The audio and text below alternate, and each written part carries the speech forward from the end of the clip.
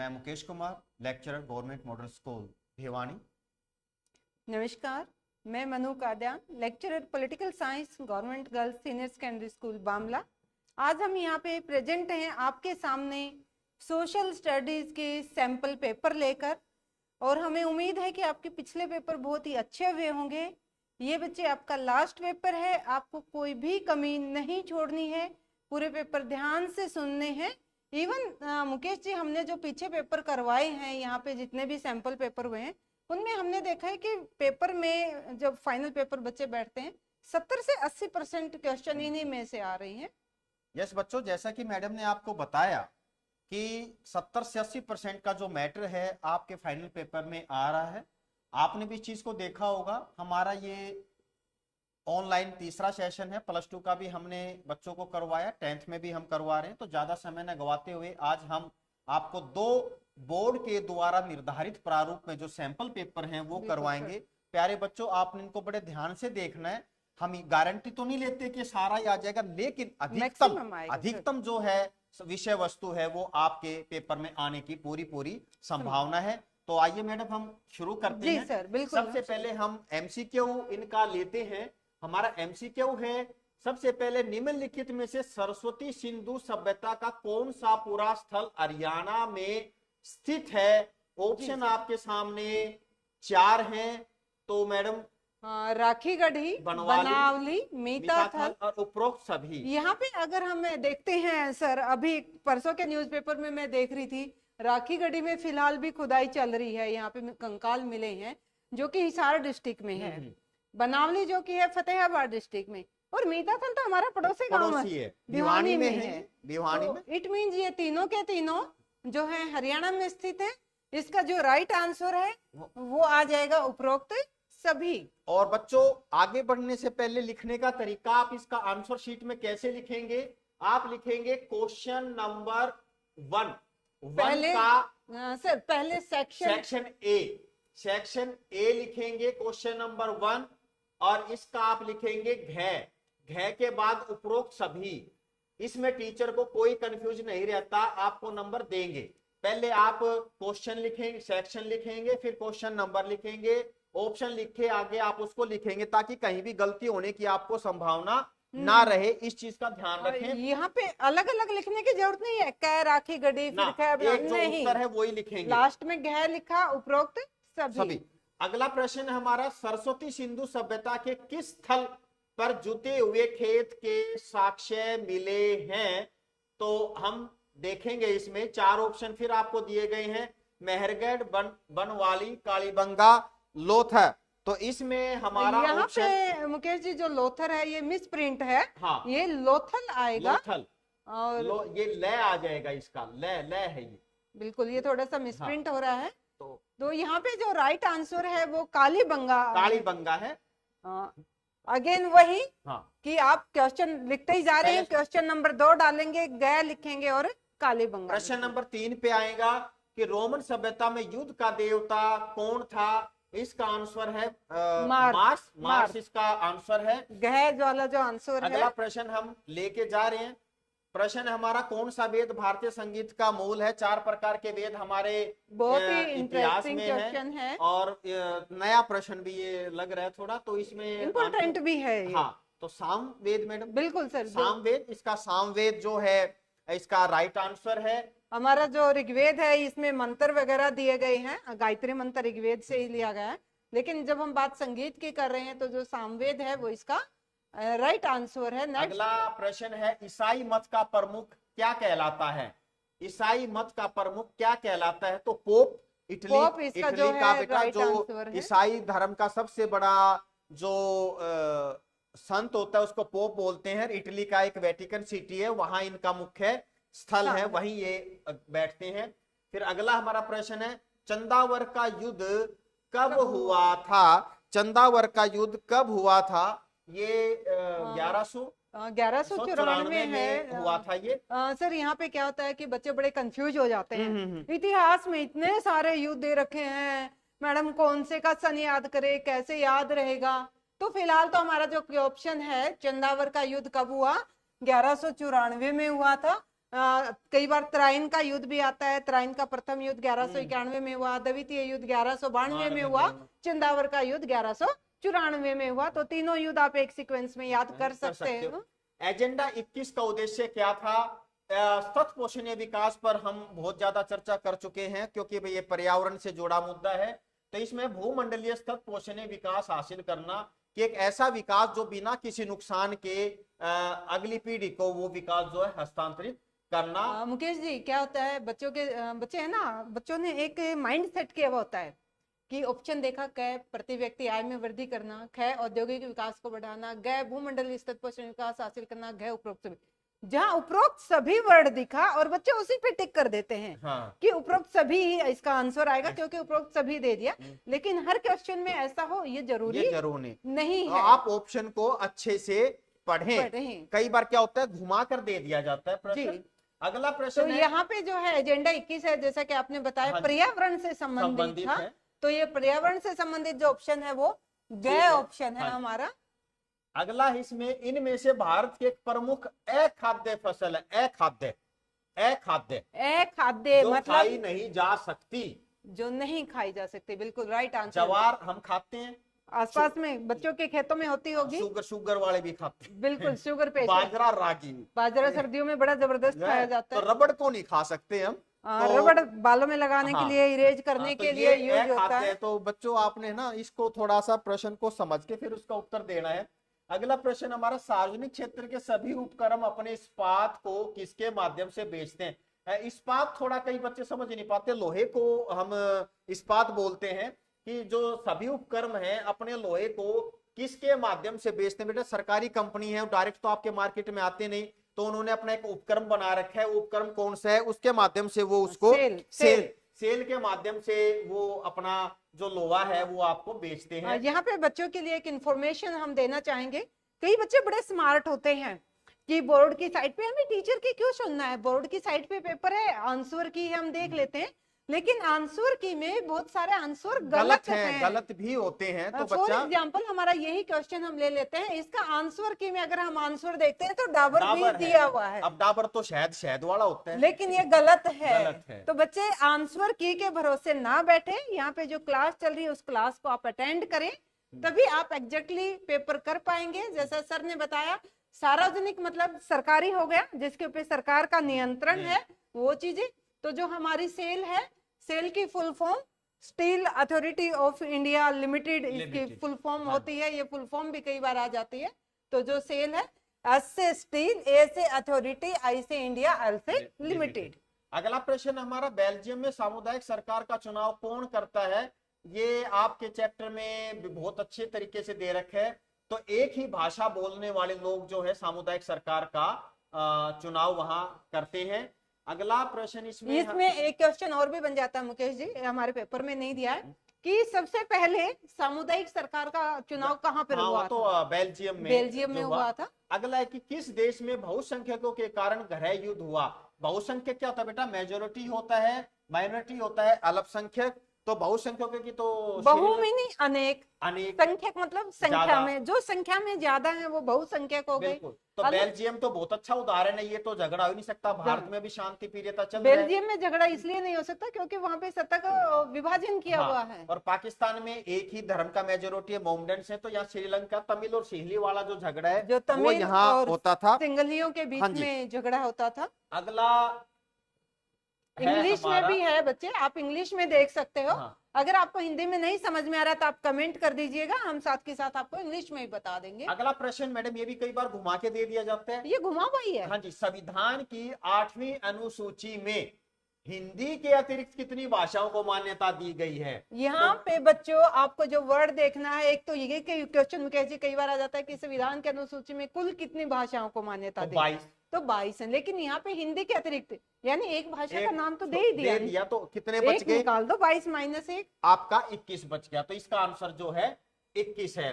अगला है हमारा प्रश्न जो है इसमें, कि कौन सा विषय संघ सूची का है?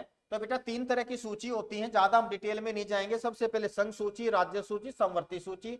जिस पर केंद्र सरकार का नियंत्रण होता है वो संघ सूची होता है, जिस पर राज्य हमारा स्टेट का होता है वो राज्य सूची होता है। जिस पर दोनों कानून बना सकते हो संवर्ती सूची होता। तो हम यहाँ बात करते हैं संघ सूची। कृषि है हमारा, दोनों सेंटर भी कानून बना सकता है, हमारा प्रांत भी बना सकता है। बच्चे याद रख सकते हैं सर, अभी पीछे किसानों ने आंदोलन किया हुआ हाँ, था हाँ, सेंट्रल गवर्नमेंट के खिलाफ किया है था, ना, कृषि हाँ, का विषय था, तो विषय इट था। मीन जिसके पे दोनों ही हैं। हाँ।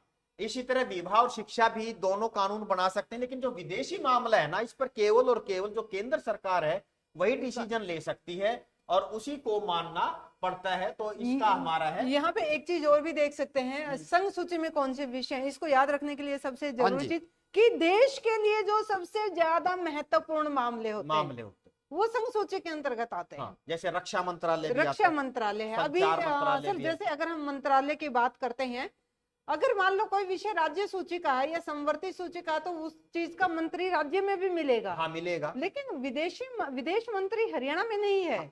हाँ जी, बिल्कुल। मैडम ने एक पॉइंट बताया, जो संघ सूची के होते हैं, मान लो रेलवे मंत्री है, वो आपको नहीं मिलेगा। बिल्कुल सर। रक्षा मंत्री आपको राज्य में नहीं मिलेगा, संचार मंत्री नहीं मिलेगा। तो ये बहुत ही महत्वपूर्ण विषय है।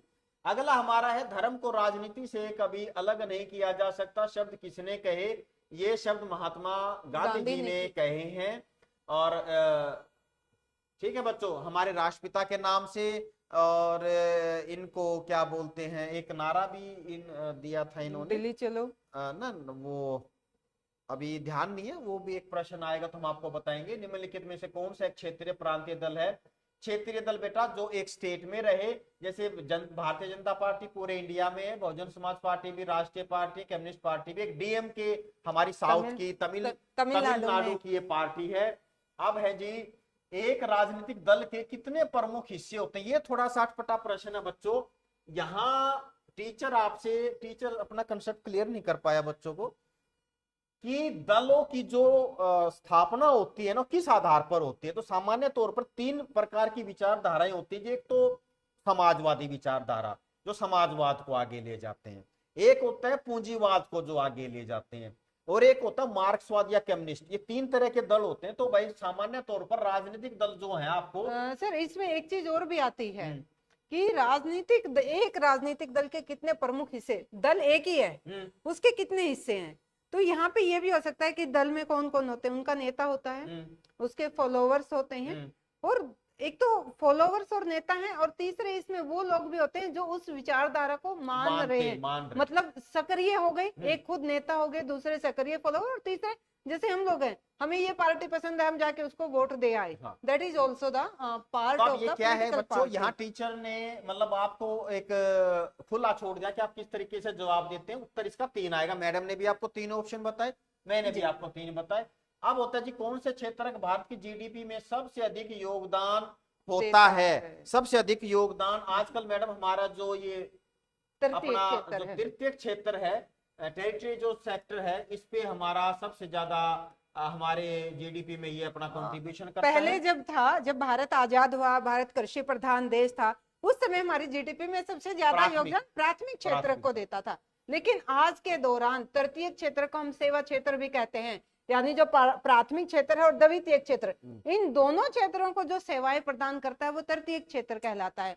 तो जो हमारा तृतीय क्षेत्र है वो सबसे ज्यादा आज जीडीपी में योगदान देता है। कई बार एग्जाम्पल के रूप में आ जाता है तृतीय क्षेत्र के उदाहरण कौन से, तो हम टीचर यहाँ पे पढ़ा रहे हैं, हमारे जो डॉक्टर्स हैं, जो आपके LIC वगैरह एजेंट सेवा जो आपको सर्विस देते हैं, वो तृतीय श्रेणी में आपके आते हैं। जो आपके पिज्जा बर्गर घर पे डिलीवरी करके जाते हैं, वो भी तृतीय क्षेत्र के अंतर्गत आते हैं। अगला प्रश्न हमारा, दिए गए विकल्पों में से एक विषम जो अलग है उसकी आपने पहचान करनी है। सबसे पहले डाकिया, मोची, सैनिक, पुलिस कांस्टेबल।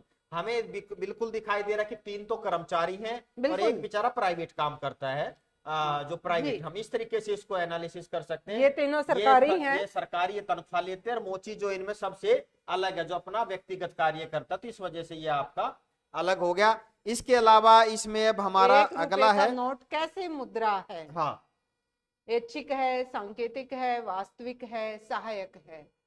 1 रुपए का नोट, ये जो 1 रुपए का नोट है, ये मैडम सांकेतिक क्या होता है कि वास्तव में तो मार्केट में चल नहीं रहा, लेकिन वो चालू है, वो तो होता है गवर्नमेंट के द्वारा उसको बंद नहीं किया गया। वास्तविक है क्या वास्तव में 1-1 रुपए के नोट आजकल आप कहाँ देखते हैं? क्या वास्तव में वो चल रहा है? नहीं चल रहा। तो यहाँ ऐच्छिक है। ऐच्छिक का मतलब क्या है कि अगर आप उस 1 रुपए को मार्केट में चलाना चाहो तो चल सकते हैं, वो मना नहीं कर सकते। तो हम इसको क्या करेंगे, इसको हम ऐच्छिक रूप में लेंगे कि जो 1 रुपए का नोट है वो आपकी इच्छा के ऊपर डिपेंड करता है। अगला हमारा है वैश्वीकरण को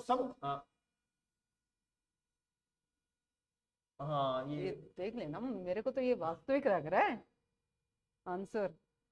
1 रुपए का नोट जो है वो मुझे जो नजर आ रहा है अच्छा, हाँ, वो रियल आ रही है, सॉरी वास्तविक आ रही है। मैं कंफ्यूजन हो गया था कि जैसे मैंने आपको बताया कि सरकार ने नोट बंद नहीं किया, नोट बंद नहीं किया, आज भी वो हमारी मुद्रा बनी हुई है। तो इस प्रकार से हम इसको क्या लेंगे, वास्तविक। इंग्लिश का पॉइंट इनका जो है रियल रियल है, ये रियल आपका जो 1 रुपए का नोट आ जाए, 10 रुपए का नोट आ जाए, ये आपकी वास्तविक मुद्रा है। अगला जी, वैश्वीकरण को संभव बनाने वाला सबसे प्रमुख कारक क्या है? सबसे प्रमुख कारण कौन सा है? देखिए, पहली बात तो कि बच्चे वैश्वीकरण होता है क्या, इस बारे में बच्चों को नॉलेज होगा। तो इसमें यह कि वैश्वीकरण सबसे ज्यादा किसकी वजह से बढ़ा है। देखिए, अगर हम यहाँ पे स्थानीय व्यापारी की बात करते हैं तो वो तो एक ही स्थान पे रह गए, विश्व में तो गए ही नहीं। अगर हम शिक्षण संस्थाओं की बात करें तो शिक्षण संस्थाओं का भी व्यापार से संबंधित कोई ज्यादा काम नहीं है। हमारा जो तो उपरोक्त सभी तो वैसे ही नहीं आएगा क्योंकि ये दोनों कट गए हैं। अब हमारा बच गया संचार और प्रौद्योगिकी। तो इसका जो राइट आंसर है वो संचार और प्रौद्योगिकी, क्योंकि आज हम घर बैठे लैपटॉप के माध्यम से हम पूरा शेयर मार्केट कर सकते हैं, हम ऑनलाइन ट्रांजैक्शन कर सकते हैं। तो हमारा जो संचार और प्रौद्योगिकी है वो इसका राइट आंसर। अब आ जाते हैं हमारे दो नंबर के प्रश्न। बच्चों ध्यान रखें, 2 नंबर का प्रश्न है, जितना पूछा जाए उतना ही आपने उत्तर देना है। तराइन का प्रथम युद्ध कब और किसके बीच हुआ? तो आपने सबसे पहले आपको सन बताना है कि 1191 में हुआ। किसके बीच हुआ? पृथ्वीराज चौहान और मोहम्मद गौरी के बीच हुआ। कौन जीता? पृथ्वीराज चौहान जीते। तो इतना ही उत्तर आपने इसमें लिखना है। यहाँ पे हम एक दूसरे क्वेश्चन को इसके साथ ही और डिस्कस करते हैं कि सपोज कीजिए यहाँ पे पूछा हुआ है त्राइन का प्रथम युद्ध। त्राइन का प्रथम युद्ध नो डाउट 1191 में हुआ, पृथ्वीराज चौहान मोहम्मद गौरी के बीच में हुआ, जिसमें जीत हुई पृथ्वीराज चौहान की। बट क्वेश्चन आ जाए कि त्राइन का द्वितीय युद्ध कब हुआ, तो इसके जस्ट नेक्स्ट ईयर ही अगले 1192 में द्वितीय युद्ध हुआ। किसके बीच हुआ? पार्टी सेम थी लेकिन रिजल्ट अलग, रिजल्ट रिवर्स हो गया, रिजल्ट चेंज हो गया। यहाँ पे किसके बीच हुआ? वही पृथ्वीराज चौहान और मोहम्मद गौरी की। जीता कौन? द्वितीय युद्ध में, जो त्राइन का द्वितीय युद्ध था उसमें मोहम्मद गौरी जीता था। त्राइन का जो प्रथम युद्ध था उसमें पृथ्वीराज चौहान जीता। अगला प्रश्न हमारा, आर्थिक नियोजन का अर्थ बताएं। आर्थिक से तात्पर्य धन से संबंधित की आर्थिक संसाधनों का विवेकपूर्ण अपने दिमाग से एक योजना बनाकर उसका प्रयोग करना आर्थिक नियोजन हमारा। फॉर एग्जाम्पल, हमारे पास 100 रुपए हैं, हम मार्केट में चले गए और हमने चीज खरीद ली 150 की। हाँ, तो वो क्या है? नहीं है, वो हमारा विवेकपूर्ण फैसला नहीं था। हमें ये देखना है कि हमारे पास 100 रुपए हैं, इसमें से हमें कुछ बचाने भी हैं। तो एक प्लानिंग के तहत एक विवेकपूर्ण तरीके से योजना बनाते हुए जब हम कोई कार्य करते हैं तो वो होता है हमारा आर्थिक नियोजन। आर्थिक संसाधनों का विवेकपूर्ण इस्तेमाल करना, प्रयोग करना, उपयोग करना। सतत पोषण। अगला प्रश्न हमारा, सतत पोषणीय आर्थिक विकास का अर्थ बताएं। सतत पोषणीय, अब पिछली बार भी बड़ा एक उसमें ये प्रश्न आ गया था, सतत पोषणीय एजेंडा 21 का उद्देश्य में भी आया था कि अपना जो संसाधन है उनका बिना किसी नुकसान के, इस धरती का पर्यावरण का नुकसान किए बिना, संसाधनों का नुकसान किए बिना हम जब आर्थिक रूप से प्रगति करते हैं तो वो क्या होता है? वो हमारा सतत पोषण। यहाँ पे हमें विकास करना है। हाँ। लेकिन कैसे करना है? विनाश के तर्ज पे नहीं, पर्यावरण को बचाते हुए हमें अपना विकास करना है। फॉर एग्जाम्पल, हम रोड निकाल रहे हैं, हम पेड़ों को काटते जा रहे हैं। तो अगर पॉसिबल हो, एग्जाम्पल के रूप में हम समझा रहे हैं बच्चों को, उस पेड़ को उठा के, आजकल तो बहुत अच्छी टेक्निक आई, क्यों ना कहीं दूसरी जगह उसको प्लांट किया जाए ताकि वो पर्यावरण को भी सुरक्षित। अगला प्रश्न है, ये भी 2 नंबर में आपका, राजस्थान के लोग वर्षा जल का किस प्रकार उपयोग करते हैं? उपयोग राजस्थान के लोग वर्षा जल का किस प्रकार उपयोग करते हैं? तो संग्रह होता है, संग्रह। यहाँ उपयोग का मतलब आप संग्रह भी कह सकते हैं। हाँ। बात वही है, बात वही है। संग्रह कह सकते हैं, आप सुरक्षित कह सकते हो कि वो उसको कैसे सुरक्षित करते हैं। बात वही है यहाँ पे। इसमें आपने यही इसमें लिखेंगे कि राजस्थान के लोग जो हैं वर्षा के जल को अपने टैंक में या एक ऐसी टंकी होती है, उसको उसमें सुरक्षित कर लेते हैं, उसमें एक पाइप लगा दिया जाता है, उस पाइप से उस पानी को बाहर सर निकालते हैं? राजस्थान में हम जाते हैं ना, हम्म। तो हो सकता है हमारे बच्चे टैंक को ना समझ के, कुंड वर्ड होता है, कुंड होते हैं, घरों में हाँ, कुंड बनाए हुए होते कुंड हैं, है। जिसको हमें और धरातलीय वाटर टैंक भी हम कह सकते हैं। और वो जो कुंड होते हैं, उनके घर भी क्या होते हैं कि उनकी जो छत होती है वो ढलान लिए हुए होती है, वहां से पानी वहां से पाइप का कनेक्शन इन कुंड में होता है। जो वाटर टैंक होते हैं धरातल में, वहां उनका कनेक्शन होता है, और उस कनेक्शन में वो बारिश का पानी छत पे आ रहा है। क्यों ऐसा राजस्थान वाले क्यों करते हैं? क्योंकि वहां पे पानी की कमी है। तो अगर हम सिंपल वर्ड में कहें कि जो धरातलीय कुंड है, उनमें बारिश के पानी का संग्रह किया जाता है। जो पहली बारिश होती है वो पानी उसमें उपयोग नहीं किया जाता, उसको अलग से पहली बारिश से छत वगैरह वो अपनी साफ करते हैं। राष्ट्रीय आय किसे कहते हैं? राष्ट्रीय आय जो सकल आय होती है हमारे देश की, तो मैडम उसी को हम क्या बोलते हैं?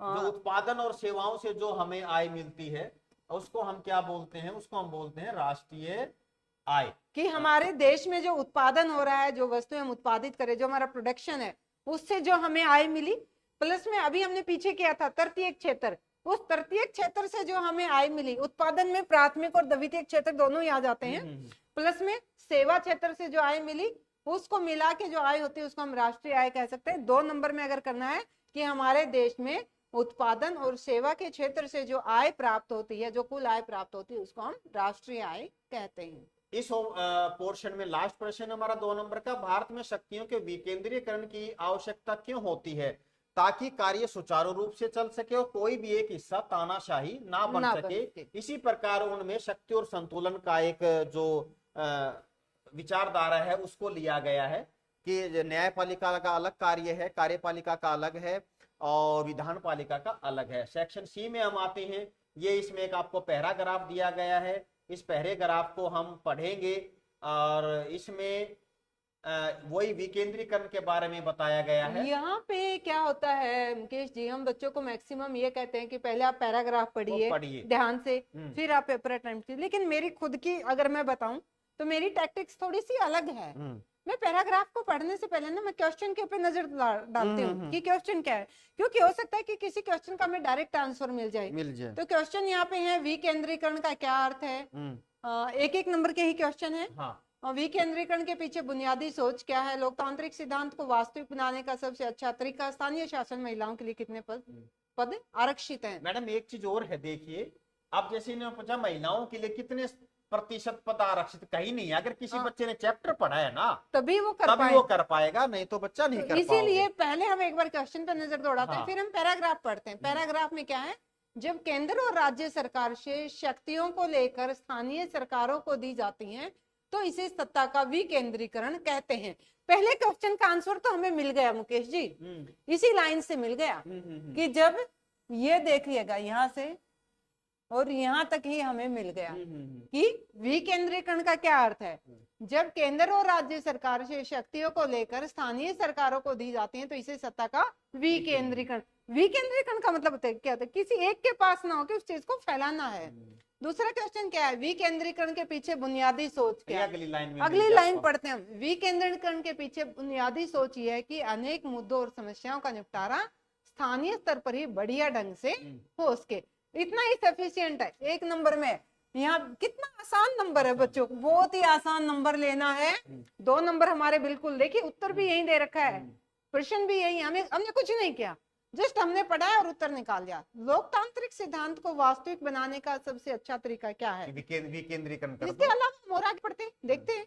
इसके अलावा स्थानीय सरकार पर स्तर पर लोगों को फैसलों में सीधे भागीदार संभव हो जाता है। इसके बाद से गांव और शहर का स्तर पर सत्ता के विकेंद्रीकरण की कोशिशें हुई हैं। सभी राज्यों में गांव के स्तर पर ग्राम पंचायतें और शहरों में नगर पालिकाओं की स्थापना की गई थी। इस प्रकार प्रभावी ढंग से सत्ता का विकेंद्रीकरण नाम मात्र का हुआ था। तो देखिए इस पैराग्राफ में हम जब पढ़ रहे हैं बच्चे, तो हमें देख रहे हैं कि जो हमारी सत्ता है वो केवल केंद्र या राज्य के पास ही नहीं है, बल्कि हमने नीचे और भी देखा है कि गांव के स्तर पर भी है, शहरी स्तर पर भी है। लेकिन यहाँ पे है कि लोकतांत्रिक सिद्धांत को वास्तविक बनाने का सबसे अच्छा तरीका क्या है, इसका उत्तर जो है वो इसी पैराग्राफ में दिया। लेकिन जैसे 2 क्वेश्चन का आंसर था डायरेक्ट, वो नहीं दे रखा। यहाँ पे बच्चों को थोड़ा सा अपना विवेक का इस्तेमाल करना पड़ेगा। तो लोकतांत्रिक सिद्धांत को वास्तविक बनाने का सबसे अच्छा तरीका यही है कि जो हमारी शक्तियां हैं वो किसी एक हाथ में ना रहकर केंद्र स्तर पर, राज्य स्तर पर और स्थानीय स्तर पर या भी ये लिख दी सकते हैं जाए। कि लोकतांत्रिक सिद्धांत को वास्तविक बनाने का सबसे अच्छा तरीका विकेंद्रीकरण है। सत्ता का विकेंद्रीकरण कर दिया बस, जाए, हाँ, इतना भी हम इतना। लिख सकते हैं। और ये बच्चों ये एक टेक्निकल प्रश्न है, अगर आपने चैप्टर पढ़ा है तो आएगा। तो फिलहाल हमारा जो स्थानीय निकाय हैं उनमें 50% है मैडम। अब की बार हरियाणा के संदर्भ में अगर हम बात करें सर हम ओवरऑल ही देखते हैं, तो 33% 50% अगर बच्चे करेंगे तो वो गलत कर दिया जाएगा। 33% का जो है हम इसमें महिलाओं को जब हम देखते हैं, महिलाओं को कितना आरक्षण, क्योंकि टोटल 50% से एक्सीड तो हम कर ही नहीं सकते हाँ, ना। हाँ। यहाँ पे एससी को भी है, बीसी को भी है, महिलाओं को है। तो चलिए नेक्स्ट पैराग्राफ अगला है जी फिर वही जैसा ऊपर आपने पढ़ा था पैराग्राफ, फिर हम इसको एक बार फटाफट लेंगे क्योंकि समय की भी अपनी पाबंदी है। स्वयं सहायता समूह में कितने सदस्य होते हैं, हम क्वेश्चन की तरफ जा रहे हैं। हाँ। स्वयं सहायता समूह में निर्णय कौन लेता है, स्वयं सहायता समूह का एक प्रमुख लाभ बताइए, स्वयं सहायता समूह का सबसे अधिक फायदा समाज के किस वर्ग को। हम एक बार थोड़ा पैराग्राफ पढ़ते हैं। हाल के वर्षों में, पैराग्राफ को ध्यान से पढ़ना है, इतने ध्यान से पढ़ना है कि एक बार ही तुम्हें क्लियर हो जाए, अगर एक बार में क्लियर नहीं होता तो दोबारा पढ़िए। हाल के वर्षों में लोगों ने गरीबों को उधार देने के कुछ नए तरीके अपनाने की कोशिश की है। इनमें से एक विचार ग्रामीण क्षेत्र के गरीबों, विशेषकर महिलाओं को छोटे छोटे स्वयं सहायता समूह में संगठित करने और उनके बचत पूंजी को एकत्रित करने पर आधारित है। एक विशेष स्वयं सहायता समूह में एक दूसरे में पड़ोसी 15-20 सदस्य होते हैं जो नियमित रूप से मिलते हैं और बचत करते हैं। पहले क्वेश्चन का आंसर हमें मिल गया कि एक स्वयं सहायता समूह में कितने सदस्य होते हैं। 15 से 20 तो यहाँ पे जो होते हैं आप इसका लिखोगे, एक स्वयं सहायता समूह में 15 से 20 सदस्य होते हैं। में कितने की जगह आपको 15 से 20 वर्ड लिखना है, बाकी तो कंप्लीट है। आगे हम देखते हैं, जो नियमित रूप से मिलते हैं और बचत करते हैं। प्रति व्यक्ति बचत रेट रुपए, ये जो है सिंबल बच्चे, ये रुपए का सिंबल है। रुपए 25 से लेकर रुपए 100 रुपए या अधिक हो सकती है। यह परिवारों की बचत करने की क्षमता पर निर्भर करता है। सदस्य अपनी जरूरतों को पूरा करने के लिए छोटे कर्ज समूह से ही कर्ज ले सकते हैं। समूह इन कर्जों पर ब्याज लेता है, लेकिन यह साहूकार द्वारा लिए जाने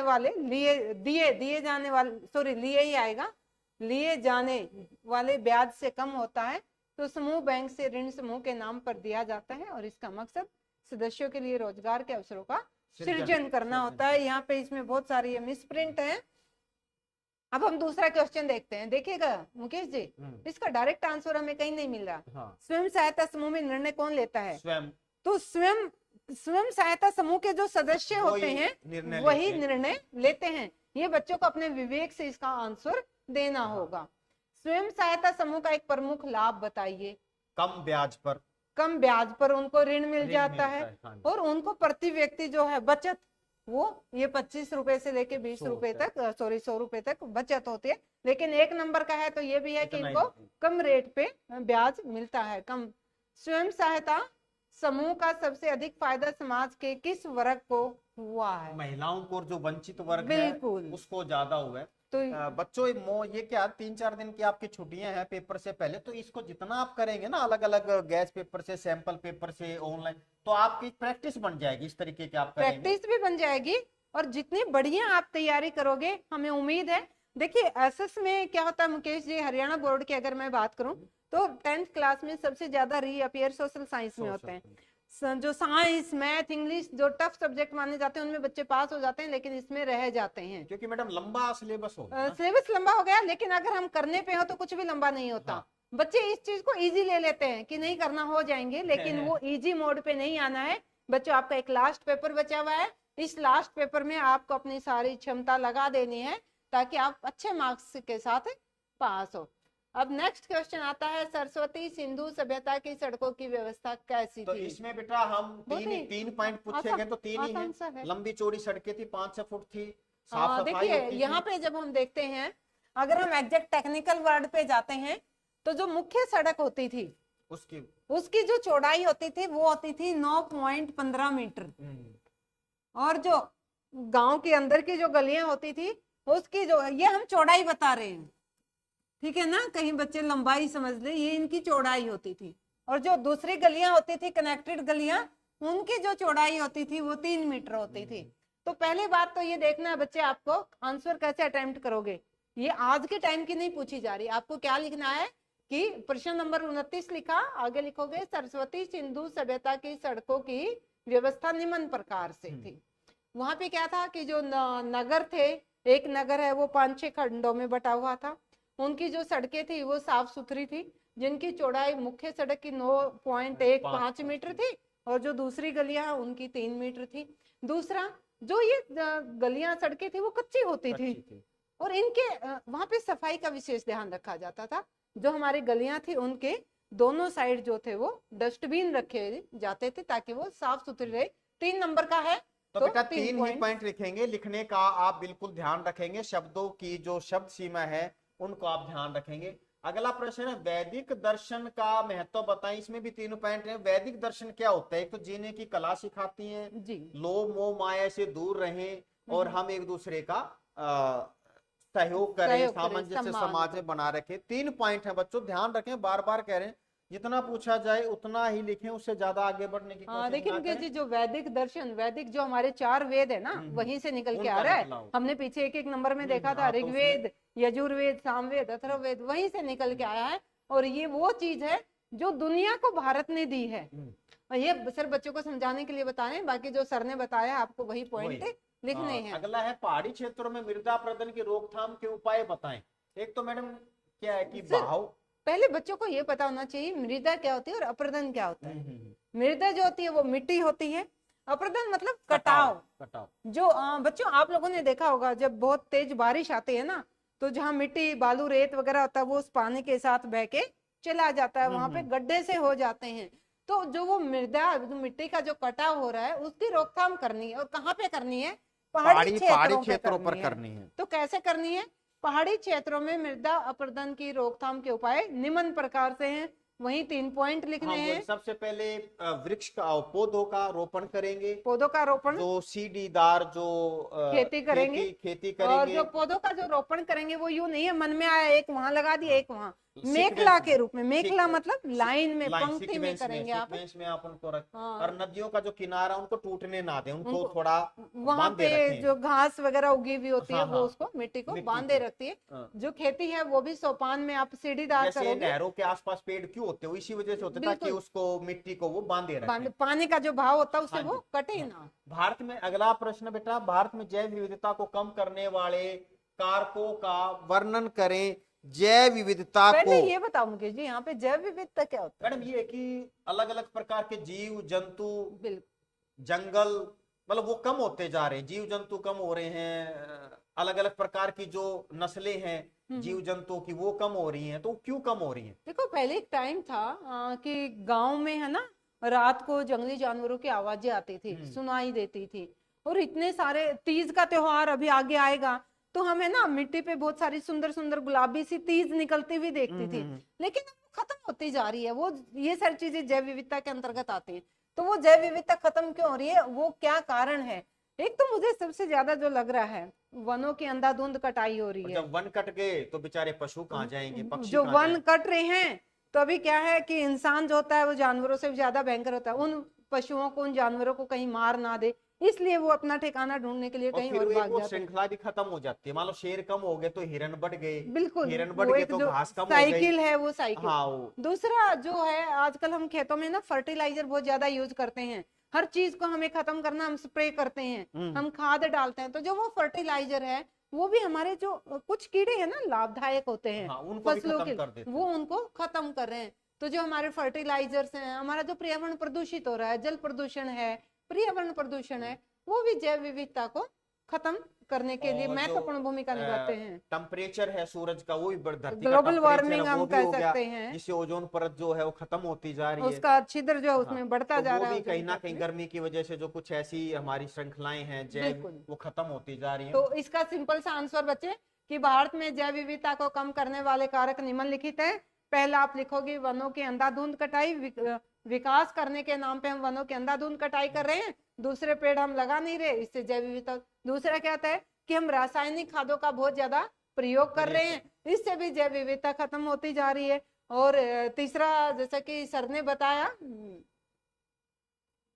वैश्विक ओजोन परत का जो बताया कि जो तापमान है हमारा, ओजोन परत में का जो छिद्र है, छेद है, वो बढ़ता जा रहा है। कहीं ना कहीं जो ग्लोबल वार्मिंग है, जो विषैली गैसें वो हैं, धरती पर आ वो रही है। धरती पे आ रही हैं। इसके अलावा हमारा पर्यावरण प्रदूषण है, जो कि वायु प्रदूषण, जल प्रदूषण और हमारा नॉइज पॉल्यूशन, शोर प्रदूषण, ये सारे भी जो होते हैं वो भी। हाँ हाँ। जी जी सर। अगला इसमें हमारा प्रश्न है 3-3 नंबर वालों में लास्ट प्रश्न है हमारा, लोकतंत्र के गुण बताएं। फायदा हमें बढ़िया। बताना है बहुत लोकतंत्र बढ़िया। के गुण। और अन भाई जो बच्चे एक है ना, सबको इस चीज का पता होना चाहिए कि हम लोकतांत्रिक देश में रहते हैं। क्या है तो सबसे पहले क्या है कि कानून के दायरे में रहकर आप अपनी स्वतंत्रता का प्रयोग कर सकते यहाँ पे हैं। एक तो हम बच्चों को लोकतंत्र का अर्थ बता अर्थ दें। बताएंगे। हाँ जी। और हालांकि इस प्रश्न में लिखना जरूरी नहीं है, लेकिन आपका कंसेप्ट क्लियर होना चाहिए। लोकतंत्र 2 शब्दों से मिलकर बना है, लोक प्लस में तंत्र। अगर हम इंग्लिश में कहें तो डेमोक्रेसी, डेमो प्लस क्रेशिया। लोक का मतलब लोक, तंत्र का मतलब शासन, कि लोगों का शासन। यहाँ पे अब्राहम लिंकन की बहुत बढ़िया परिभाषा है, लोगों के द्वारा, लोगों के लिए, लिए लोगों का शासन जो होता है वो लोकतंत्र कहलाता है। लेकिन अब हम सीधे क्वेश्चन पे आते हैं कि लोकतंत्र के गुण बताओ। तो बच्चों, कानून के दायरे में हम अपनी स्वतंत्रता व्यक्ति को मिलती है, समानता का आधार मिलता है, और जब दोनों चीज आपके पास होते हैं तो आपकी गरिमा भी बढ़ती है, आपका गरिमा होता है। या और भी अगर इस पॉइंट को बढ़ाना चाहो तो हम अपनी इच्छा से जो है अपने सरकार को वोट कास्ट कर सकते हैं। हम अपनी मर्जी से अपने प्रतिनिधियों को चुन सकते हैं। हाँ। हम शासन जो प्रक्रिया आती है उसमें हम भागीदारी लेते हैं। तो बेटा ध्यान रखें, 3 ही पॉइंट ज्यादा। सबसे जो महत्वपूर्ण गुण लोकतंत्र का वो है कि इसमें आम जनता को शासन में भागीदारी लेने का अवसर मिलता है। और अब हम शायद इसका लास्ट पोर्शन हमारा चल रहा है, 5-5 नंबर वाले प्रश्न हमारे सामने आगे बच्चों। इसमें आपको ऑप्शन मिलेंगे, जैसे 34 नंबर प्रश्न है, 2 प्रश्न आपको मिलेंगे। जो भी आपको अच्छे से आता हो वो आप इसमें करेंगे।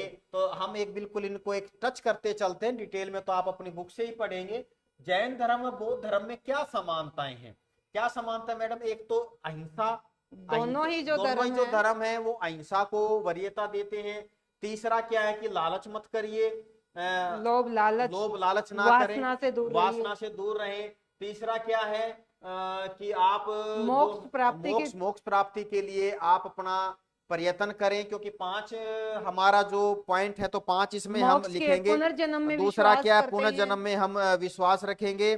और अगला क्या है इसमें कि जो हमारे दुखों का कारण है ना, वो हमारी इच्छाएं हैं, उनको खत्म करना चाहिए। बात वही आ गई, जो हमारी लालसा है, इच्छा है, वही सेम बातें आ गई। पर मैडम सब खत्म होंगे तो धरती पर रहेगा कौन? अच्छे काम करने हैं ना, अहिंसा को फॉलो करना बेटा। इस तरीके से ये आपका एक प्रश्न बन जाता है। अब हमारा अगला जो प्रश्न आ जाता है वो क्या है कि मिस्र का अधिकार क्या है? तो सबसे पहले मैडम, जो मिस्र का जो, जैसे अपने तो यहाँ राजा लोग होते थे, वहां पे फराव होता था, जो सिंहासन पर बैठता था उसको एक डेजिग्नेशन होता था फराव। वहां का जो राजा था उसको फराव कहा जाता था। और फराव को दूसरा पॉइंट क्या है, उसको असीमित अधिकार होते थे। सर यहाँ पे जो है फराव है, इसको राजा को फराव कहा जाता था, मैं बताते हूँ इस पे। और फराव के पास असीमित अधिकार थे। मुख्य जो दंडाधिकारी था, जिस फराव के जो न्यायाधीश था, फराव के फैसले सभी को मानने होते थे। यहाँ पे फराव को कंसल्ट करने के लिए एक वजीर भी होता था। वजीर को हम अगर अपने उसमें कहें प्राइम मिनिस्टर हम कह सकते हैं। तो जो इसका फराव, इसका सबसे बड़ा अधिकारी होता था, राजा होता था, उसके बाद वजीर होता था। सारे जो फैसले होते थे वो फराव के द्वारा लिए जाते थे। इसके फैसले सबको मानने होते थे। अगर किसी को दंड देना है उसका भी फराव लेता था। अपनी इसकी एक और जो इसकी मिनिस्ट्री होती थी उसको सारू के नाम से जाना जाता था। उन सबकी सलाह भी इसको अगर जरूरत पड़ती तो उनकी सलाह लेता था, लेकिन वो माने ना माने उससे ये बाउंड नहीं था। अगला प्रश्न नंबर 35 में भी आपको 2 प्रश्न दे रखे हैं, ज्योग्राफी से उठाया गया है। बहुउद्देशीय परियोजनाओं के लाभ हानि बताएं। तो बच्चों 5 नंबर का प्रश्न है। टीचर ने दोनों प्रश्न आपसे पूछे, लाभ और हानि, तो हम मानते हैं 3 इसके लाभ बता दिए जाए, 3 इसकी। अगर बच्चे ज्यादा पता है तो ज्यादा बता दीजिए, कोई दिक्कत नहीं तो इतना तो डिपेंड करता है आपके पास कितना टाइम है, आपको कितना अच्छे से याद है। तो पहले तो बच्चे, अगर आपको आता है तो पहले आप ये बताओगे कि बहुउद्देशीय परियोजनाएं क्या होती हैं। अगर आता है तो बहु का मतलब वही हमने पहले बताया था, अनेक उद्देश्य, जिसके बहुत सारे उद्देश्य हैं। उद्देश्य हो उस योजना के, कि वो परियोजना जिसके बहुत सारे उद्देश्य होते हैं वो बहुउद्देशीय परियोजना कहलाती है। इसके हम पहले लाभ की बात करते हैं कि बहुउद्देशीय परियोजनाओं के निम्नलिखित लाभ हैं। तो इसका लाभ क्या है? जो सबसे बहुउद्देशीय परियोजनाएं हैं मुकेश जी, हम जैसे देखते हैं सबसे पहले सिंचाई के लिए पानी जो मिलता है। बहुउद्देशीय परियोजनाएं हैं, उसके अंतर्गत ज्यादातर बांध आते हैं। बांध, जैसे नदियों पे अपना भाखड़ा बांध हम्म, है, नदियों के ऊपर डैम बनाए गए हैं। तो जब नदियों पे डैम बनाए गए हैं तो उस डैम से क्या होता है कि हम पानी का स्टोर कर लेते हैं। उस जब पानी का स्टोर कर लिया, जब बारिश नहीं होती उन दिनों में उस पानी का प्रयोग हम सिंचाई के लिए करते सिंचाई के लिए करते हैं। दूसरा हमने तो एक लाभ में क्या हो गया कि जो पानी सुरक्षित रखा हमने कंजर्व किया, उससे हम सिंचाई में इस्तेमाल करते हैं। दूसरा उसमें मछली पालन कर सकते हैं, जो पीछे मत्स्य पालन, मछली के लिए मछली पालन वो कर एक सकते हैं। कविता सुनिए ना, मछली जल की रानी है, जीवन जीवन उसका उसका पानी पानी है। तो यहाँ पे जब हमने पानी इकट्ठा किया हुआ है बांध के द्वारा, हम उसमें मत्स्य पालन करते हैं। एक वो झील सी बन गई तो उसमें हम नौकायन भी कर सकते हैं, नौका पर्यटन के हिसाब से बोटिंग कर सकते हैं। बच्चे आजकल के इंग्लिश ज्यादा समझते हैं तो हम बोटिंग कर सकते हैं। और एक और मेन चीज जो है वो क्या है कि जल के द्वारा हम बिजली भी बनाते हैं। तो जो जलीय जो विद्युत है उसका उत्पादन भी हम इस बहुउद्देशीय परियोजना के अंतर्गत करते हैं। तो ये हो गए लाभ। बच्चों आपका क्वेश्चन बहुत अच्छा बन रहा है। देखिए पहले आपको बताना बहुउद्देशीय परियोजना क्या, अगर आपके पास टाइम है तो ठीक है। बहुउद्देशीय परियोजना वो परियोजना होता है जिसके द्वारा अनेक उद्देश्यों की पूर्ति की जाती है। इसमें हम फॉर एग्जाम्पल हम भाखड़ा बांध दे सकते हैं। इसके बाद आता है कि बहुउद्देशीय परियोजनाओं के लाभ निम्नलिखित हैं। पानी जो होता है सिंचाई में काम आता है, जल विद्युत बनाने में काम आता है, मत्स्य पालन में काम आता है, नौकायन में काम आता है। अब नेक्स्ट पॉइंट पे हम बढ़ते हैं कि बहुउद्देशीय परियोजनाओं की हानियां निम्नलिखित हैं। तो हानि क्या होती है? एक तो इसमें क्या है मुकेश जी कि जो नेचुरल जो प्राकृतिक चीज है उसके साथ हमने कहीं ना कहीं खिलवाड़ किया, छेड़छाड़ किया। तो जो नदियों का जो प्राकृतिक रूप से भाव था वो अवरुद्ध हो जाता है, डैम बना के हमने उसको अवरुद्ध कर दिया। रुक जाता तो जब हमने उसको रोका तो इससे कहीं ना कहीं प्रदूषण भी हो रहा है। दूसरा इससे क्या होता है कि मान लो वो डैम टूट जाए या खोल जाए तो बाढ़ बहुत जबरदस्त आती। अभी पीछे आई थी दिल्ली में बाढ़ आ गई थी, अंबाला में जो डैम था उसका वो खोल दिया था एक दरवाजा और उससे पूरे, तो बाढ़ भी जो है वो भी इसकी वजह से आती है। और अब हम नेक्स्ट की तरफ बढ़ते हैं। जलोढ़ मिट्टी का विस्तार पूर्वक वर्णन करें। जलोढ़ मिट्टी, इसको मैडम बागर और खादर दो नाम से इसको बिल्कुल सर। पहली बात तो बच्चे ये पता होना चाहिए कि आपको जलोढ़ मिट्टी होती क्या है। हर एक क्वेश्चन की वही है कि आपको उसका कंसेप्ट पता होना चाहिए। तो जो जलोढ़ मिट्टी है वो भारत के जो हमारा उत्तरी भारत है ना उसमें पाई जाती है। उसमें क्यों पाई जाती है? उसके पीछे रीजन ये है कि वहाँ पे नदियां बहुत ज्यादा हैं। तो नदियों के जब पानी का भाव आता है वो अपने साथ जो मिट्टी वगैरह बहा के लाते हैं, जैसे हमने ऊपर मृदा प्रदन का, उससे क्या होता है कि वो जमाव हो जाता है। तो वहां पे जलोढ़ मिट्टी, वो जो मिट्टी होती है उसको जलोढ़ मिट्टी बोलते हैं। जो जलोढ़ मिट्टी होती है ये बहुत ज्यादा उपजाऊ होती है। इसमें क्या क्या होता है? इस जलोढ़ मिट्टी में फास्फोरस होता है, इस जलोढ़ मिट्टी में पोटाश होता है, इस जलोढ़ मिट्टी में चूना होता है। यानी पोटाश, फास्फोरस, चूना, ये तीनों इस जलोढ़ मिट्टी में पाया जाता है। जो जलोढ़ मिट्टी होती है वो जैसा कि सर ने बताया दो प्रकार की होती है। एक खादर जलोढ़ मिट्टी होती है और एक बांगर होती है। ये एक हो गई और दूसरी बांगर जलोढ़ मिट्टी। आपको बच्चे 5 नंबर का है, आपको डिटेल से बताना है। पहले बताओगे जलोढ़ मिट्टी होती कहाँ है, क्या है, फिर आप बताओगे कहाँ पे पाई जाती है। भारत का जो उत्तरी हिस्सा है वहां पे जलोढ़ मिट्टी पाई जाती है। वहां पे क्यों पाई जाती है? क्योंकि वहां पे नदियां ज्यादा है। हालांकि दूसरे भागों में भी पाई जाती है जहां जहां नदियां, लेकिन वहां पे ज्यादा पाई जाती है। ये बहुत ज्यादा उपजाऊ होती है। इसमें पोटास, फास्फोरस, चूना पाया जाता है। फिर हम देखते हैं कि जलोढ़ मिट्टी दो प्रकार की होती है, एक खादर होती है, एक बांगर होती है। जो खादर होती है ये न्यू जलोढ़ मिट्टी है, ये नई बनी हुई होती है। बांगर जो होती है वो पुराने टाइप की बनी हुई होती है। तो आई थिंक इस प्रकार से आप करोगे तो 5 में से 5 नंबर आप आसानी से ले पाओगे। अगला प्रश्न है प्रश्न नंबर 36। इसमें भी आपको 2 ऑप्शन है, जो आपको ज्यादा बेटर तरीके से आता है वो आप करेंगे। प्रश्न हमारा संघीय व्यवस्था की विशेषताएं बताएं। हम भारत के संदर्भ में लेते हैं कि भारत भी एक राज्यों का संघ है। अगेन मुकेश जी वही बात, बच्चों को ये पता होना चाहिए संघीय व्यवस्था क्या है। तो आप इसके बाद पढ़ेंगे कि राज्यों के संघ जो होता है वो संघीय व्यवस्था होती है। इसमें क्या विशेषताएं होती है? संविधान की सर्वोच्चता होती है। दूसरा क्या होता है? राज्यों 2 प्रकार की सरकार होती है, केंद्र सरकार और राज्य सरकार होती है। हम इसको यूं कह सकते हैं कि शक्तियों का बंटवारा होता है। इसमें तीसरा पॉइंट ये बन सकते हैं कि विकेंद्रीकरण इसमें होता है और संविधान लिखित में होता है। तो पॉइंट और भी ज्यादा हैं, लेकिन हमने आपको यही जो मेन पॉइंट है वो हमने आप लोगों को बताया। अगला है हमारा जाति के अंदर राजनीति का वर्णन करें। पीछे जो महात्मा गांधी की हाँ, कि स्टेटमेंट थी, जाति को अलग नहीं किया जा सकता, वो स्टेटमेंट किसकी है, वही स्टेटमेंट वो यहाँ पे इसके दे आपने दी। लगाना है कि जो है जब तक अगर हम राजनीति से जाति को निकाल दें तो राजनीति पॉसिबल नहीं है। आप देखेंगे अभी हमारे यहाँ लोकसभा 24 का इलेक्शन है, तो आप इसमें देखेंगे जब हरियाणा में अप्रैल में इलेक्शन शुरू होगा तो किस प्रकार टिकट्स पार्टियां जो है जाति को आगे रखकर इसमें ऑलमोस्ट टिकट बीजेपी के द्वारा तो दी जा चुकी हैं। हाँ। तो कहाँ क्या होता है कि एक उस कॉन्स्टिट्यूएंसी में, उस लोकसभा क्षेत्र या विधानसभा क्षेत्र जिस जाति के लोग ज्यादा होते हाँ, हैं, तो उसी को उसी टिकट जाति जो है के मुहैया प्रतिनिधि करवा को दिया वहां पे जाता है। टिकट दी तो इस जाती तरीके से है। आप इवन अभी हरियाणा में न्यू मंत्रिमंडल बना है, हाँ, तो उसमें भी जाति को ध्यान में रखते हुए मंत्रियों को पोर्टफोलियो दिया गया है, बनाए गए हैं। तो कुल मिला के हम ये कह सकते हैं कि जाति जो है वो एक बहुत बड़ा दायरा है, उसके अंदर ही राजनीति होती है, जाति के बाहर हम राजनीति की सोच भी नहीं सकते। अगला है जी, उपभोक्ता शोषण के तरीकों का वर्णन करें। किस इसमें तो प्रकार सर हम लोग भी कस्टमर होते का, हैं। भाई हमारा शोषण कैसे होता है? सबसे पहले तो रेट ज्यादा पेस्टिंग कर देते हैं उसके ऊपर, हमें नहीं पता लगता क्या असली है क्या नकली है। सर इसमें तो सभी हम सारे के सारे हाँ, उपभोक्ता सबसे मार्केट में पहले जाते क्या हैं, होता हमारा है शोषण जरूर कि, होता है। आपका जो चीज का रेट है वो हमें कई बार पता नहीं लगता, वो ज्यादा करके बेच दिया जाता है। फिर दूसरा क्या, प्रचार करके गलत चीज को भी कई बार सही साबित करके कस्टमर को पहुंचा दिया जाता है, क्योंकि बार बार वो प्रचार किया जाएगा तो हमें लगेगा कि हाँ ये ठीक है। इसका एक लेटेस्ट एग्जांपल देते हैं सर। पहले मेन बात वही आती है, बच्चों को ये बताए कि उपभोक्ता होता क्या है। कंज्यूमर, इंग्लिश का वर्ड देखें तो कंज्यूमर मतलब जो कंज्यूम करता है, उपभोक्ता मतलब जो उस चीज को उपभोग कर रहा है, जो यूज कर रहा है। और जैसा सर ने बताया कि भ्रामक प्रचार होता है, गलत चीजें। अभी मैं कल ही देख रही थी, सुप्रीम कोर्ट ने फटकार मारी है। हालांकि इस माध्यम से, इस प्लेटफॉर्म के माध्यम से हम किसी का भी क्रिटिसाइज नहीं कर रहे, सिर्फ बच्चों को समझाने के लिए एक एग्जांपल दे रहे। हमारे यहाँ पे ना पतंजलि का एक बहुत बड़ा नेटवर्क है, हर चीज पतंजलि पतंजलि। और उन्होंने खासकर मेडिकल क्षेत्र में कोविड टाइम में ऐसे भ्रामक प्रचार किए कि आपको जो ये अंग्रेजी दवाइयां हैं ये नहीं लेनी है, और हमारी वाली बेस्ट हैं, बीपी की है, थायराइड की, और भी बहुत सारी। और उसके ऊपर जो हमारी मेडिकल काउंसिल है, उसने मेडिकल काउंसिल ने सुप्रीम कोर्ट में केस कर दिया जी इस चीज को लेके।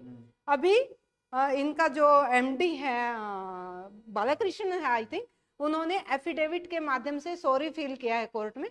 तो ये जस्ट एक एग्जांपल है। ऐसे हम टीवी पे सारा दिन बहुत सारे विज्ञापन देखते हैं कि आप ये कर लीजिए, ऐसे होगा ऐसे होगा। तो वो क्या है, वो भी एक तरह से शोषण है, गलत जानकारी दी जा रही है, कम तोला जा रहा है, रेट हमारे से मिलावट कर देते हैं। मिलावट तो सबसे ज्यादा है। किस चीज को हम ऐसे लेके इसमें मिलावट नहीं है पता ही नहीं चलता। मसाले से लेके पानी तक, दवाई तक, हर चीज में मिलावट हो रही, चाहे दूध लो, तो ये 5 तरह के पॉइंट है हमने आपको बताया। और हमारा जो अगला प्रश्न है इसमें, ये संगठित और असंगठित क्षेत्रों की रोजगार परिस्थितियों की तुलना करें। फिर मैडम वाली बात है कि आपको पता होना चाहिए कि ये ऑर्गेनाइज्ड और अनऑर्गेनाइज्ड में क्या फर्क है।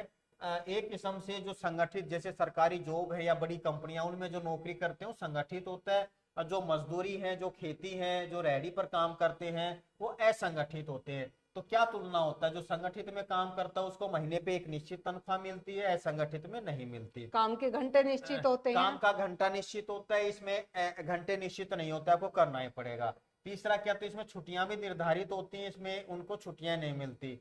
जो संगठित होता है बच्चों, उसमें आपको मेडिकल फैसिलिटी भी मिलेगा, आपको घूमने फिरने के लिए जो एलटीसी वो भी मिलेगा। असंगठित में ऐसा कुछ नहीं होता। और एक जो सबसे अच्छी चीज, संगठित में कुछ पेंशन का भी जुगाड़ हो सर जाता है। आजकल खत्म हो रही वो, उस फिर एग्जांपल भी, को हम नहीं लेंगे। कुछ ना कुछ तो उसमें मिल ही जाता है, उसको हम लेकिन नहीं ऐसा लेंगे। जो असंगठित जो मजदूर तबका है उसको ये चीजें नहीं लेकिन मिलती। अगर सबसे मेन देखें तो संगठित क्षेत्र में क्या होता है कि आपको श्योरिटी होती है, सेवा शर्तें निश्चित निश्चितता होती है, निश्चित सेवा होती है। सेवा यहाँ पे शर्तें आपके पास कोई श्योरिटी नहीं है होती, कि हाँ। आज आप मजदूरी करके ले आए, कल आपको जाना है, मिलेगा या नहीं मिलेगा, उस चीज के आपके पास। और अगला surety। घटो हमारा जो 38 नंबर है, इसमें Bokaro coal mine, Noida software technology park, new Mangalore park, ये आप अगर देख के मैप भरेंगे, जैसे आप ये देखिए नोएडा है, बड़ा करते हैं, बड़ा कर देते हैं बच्चों को, ताकि क्या क्या है इसमें। सबसे बोकारो था, नोएडा था, हाँ। और तीसरा क्या था, बेंगलुरु था, आईटी पार्क। इससे हाँ, बड़ा नहीं हाँ। होगा। तो सबसे पहले नोएडा हमारा ये उत्तर प्रदेश है, ठीक है जी। नहीं एक मिनट सर, एक मिनट।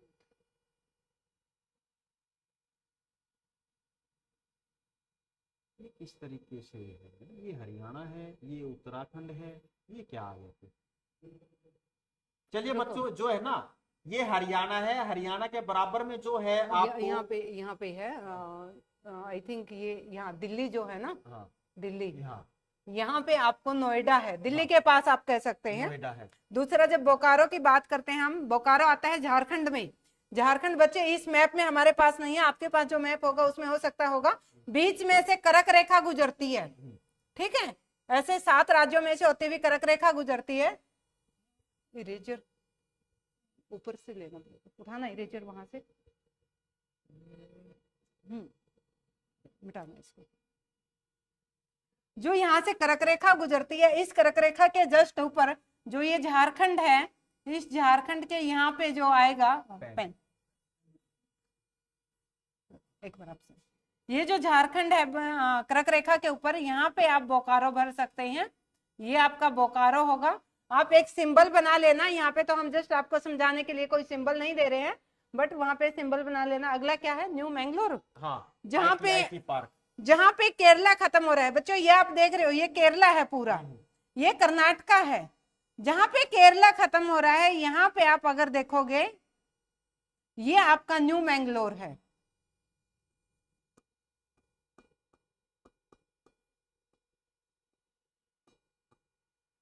न्यू मैंगलोर आ गया, ये आपका बोकारो आ गया। बोकारो जो है झारखंड में है। दिल्ली के पास आप नोएडा का कर सकते हो, यूपी की तरफ, दिल्ली के साथ लगा हुआ यूपी की तरफ जो है वो नोएडा है। केरला जहां पे खत्म होता है वहां पे न्यू मैंगलोर आता है। जहां पे आपकी कर्क रेखा गुजर रही है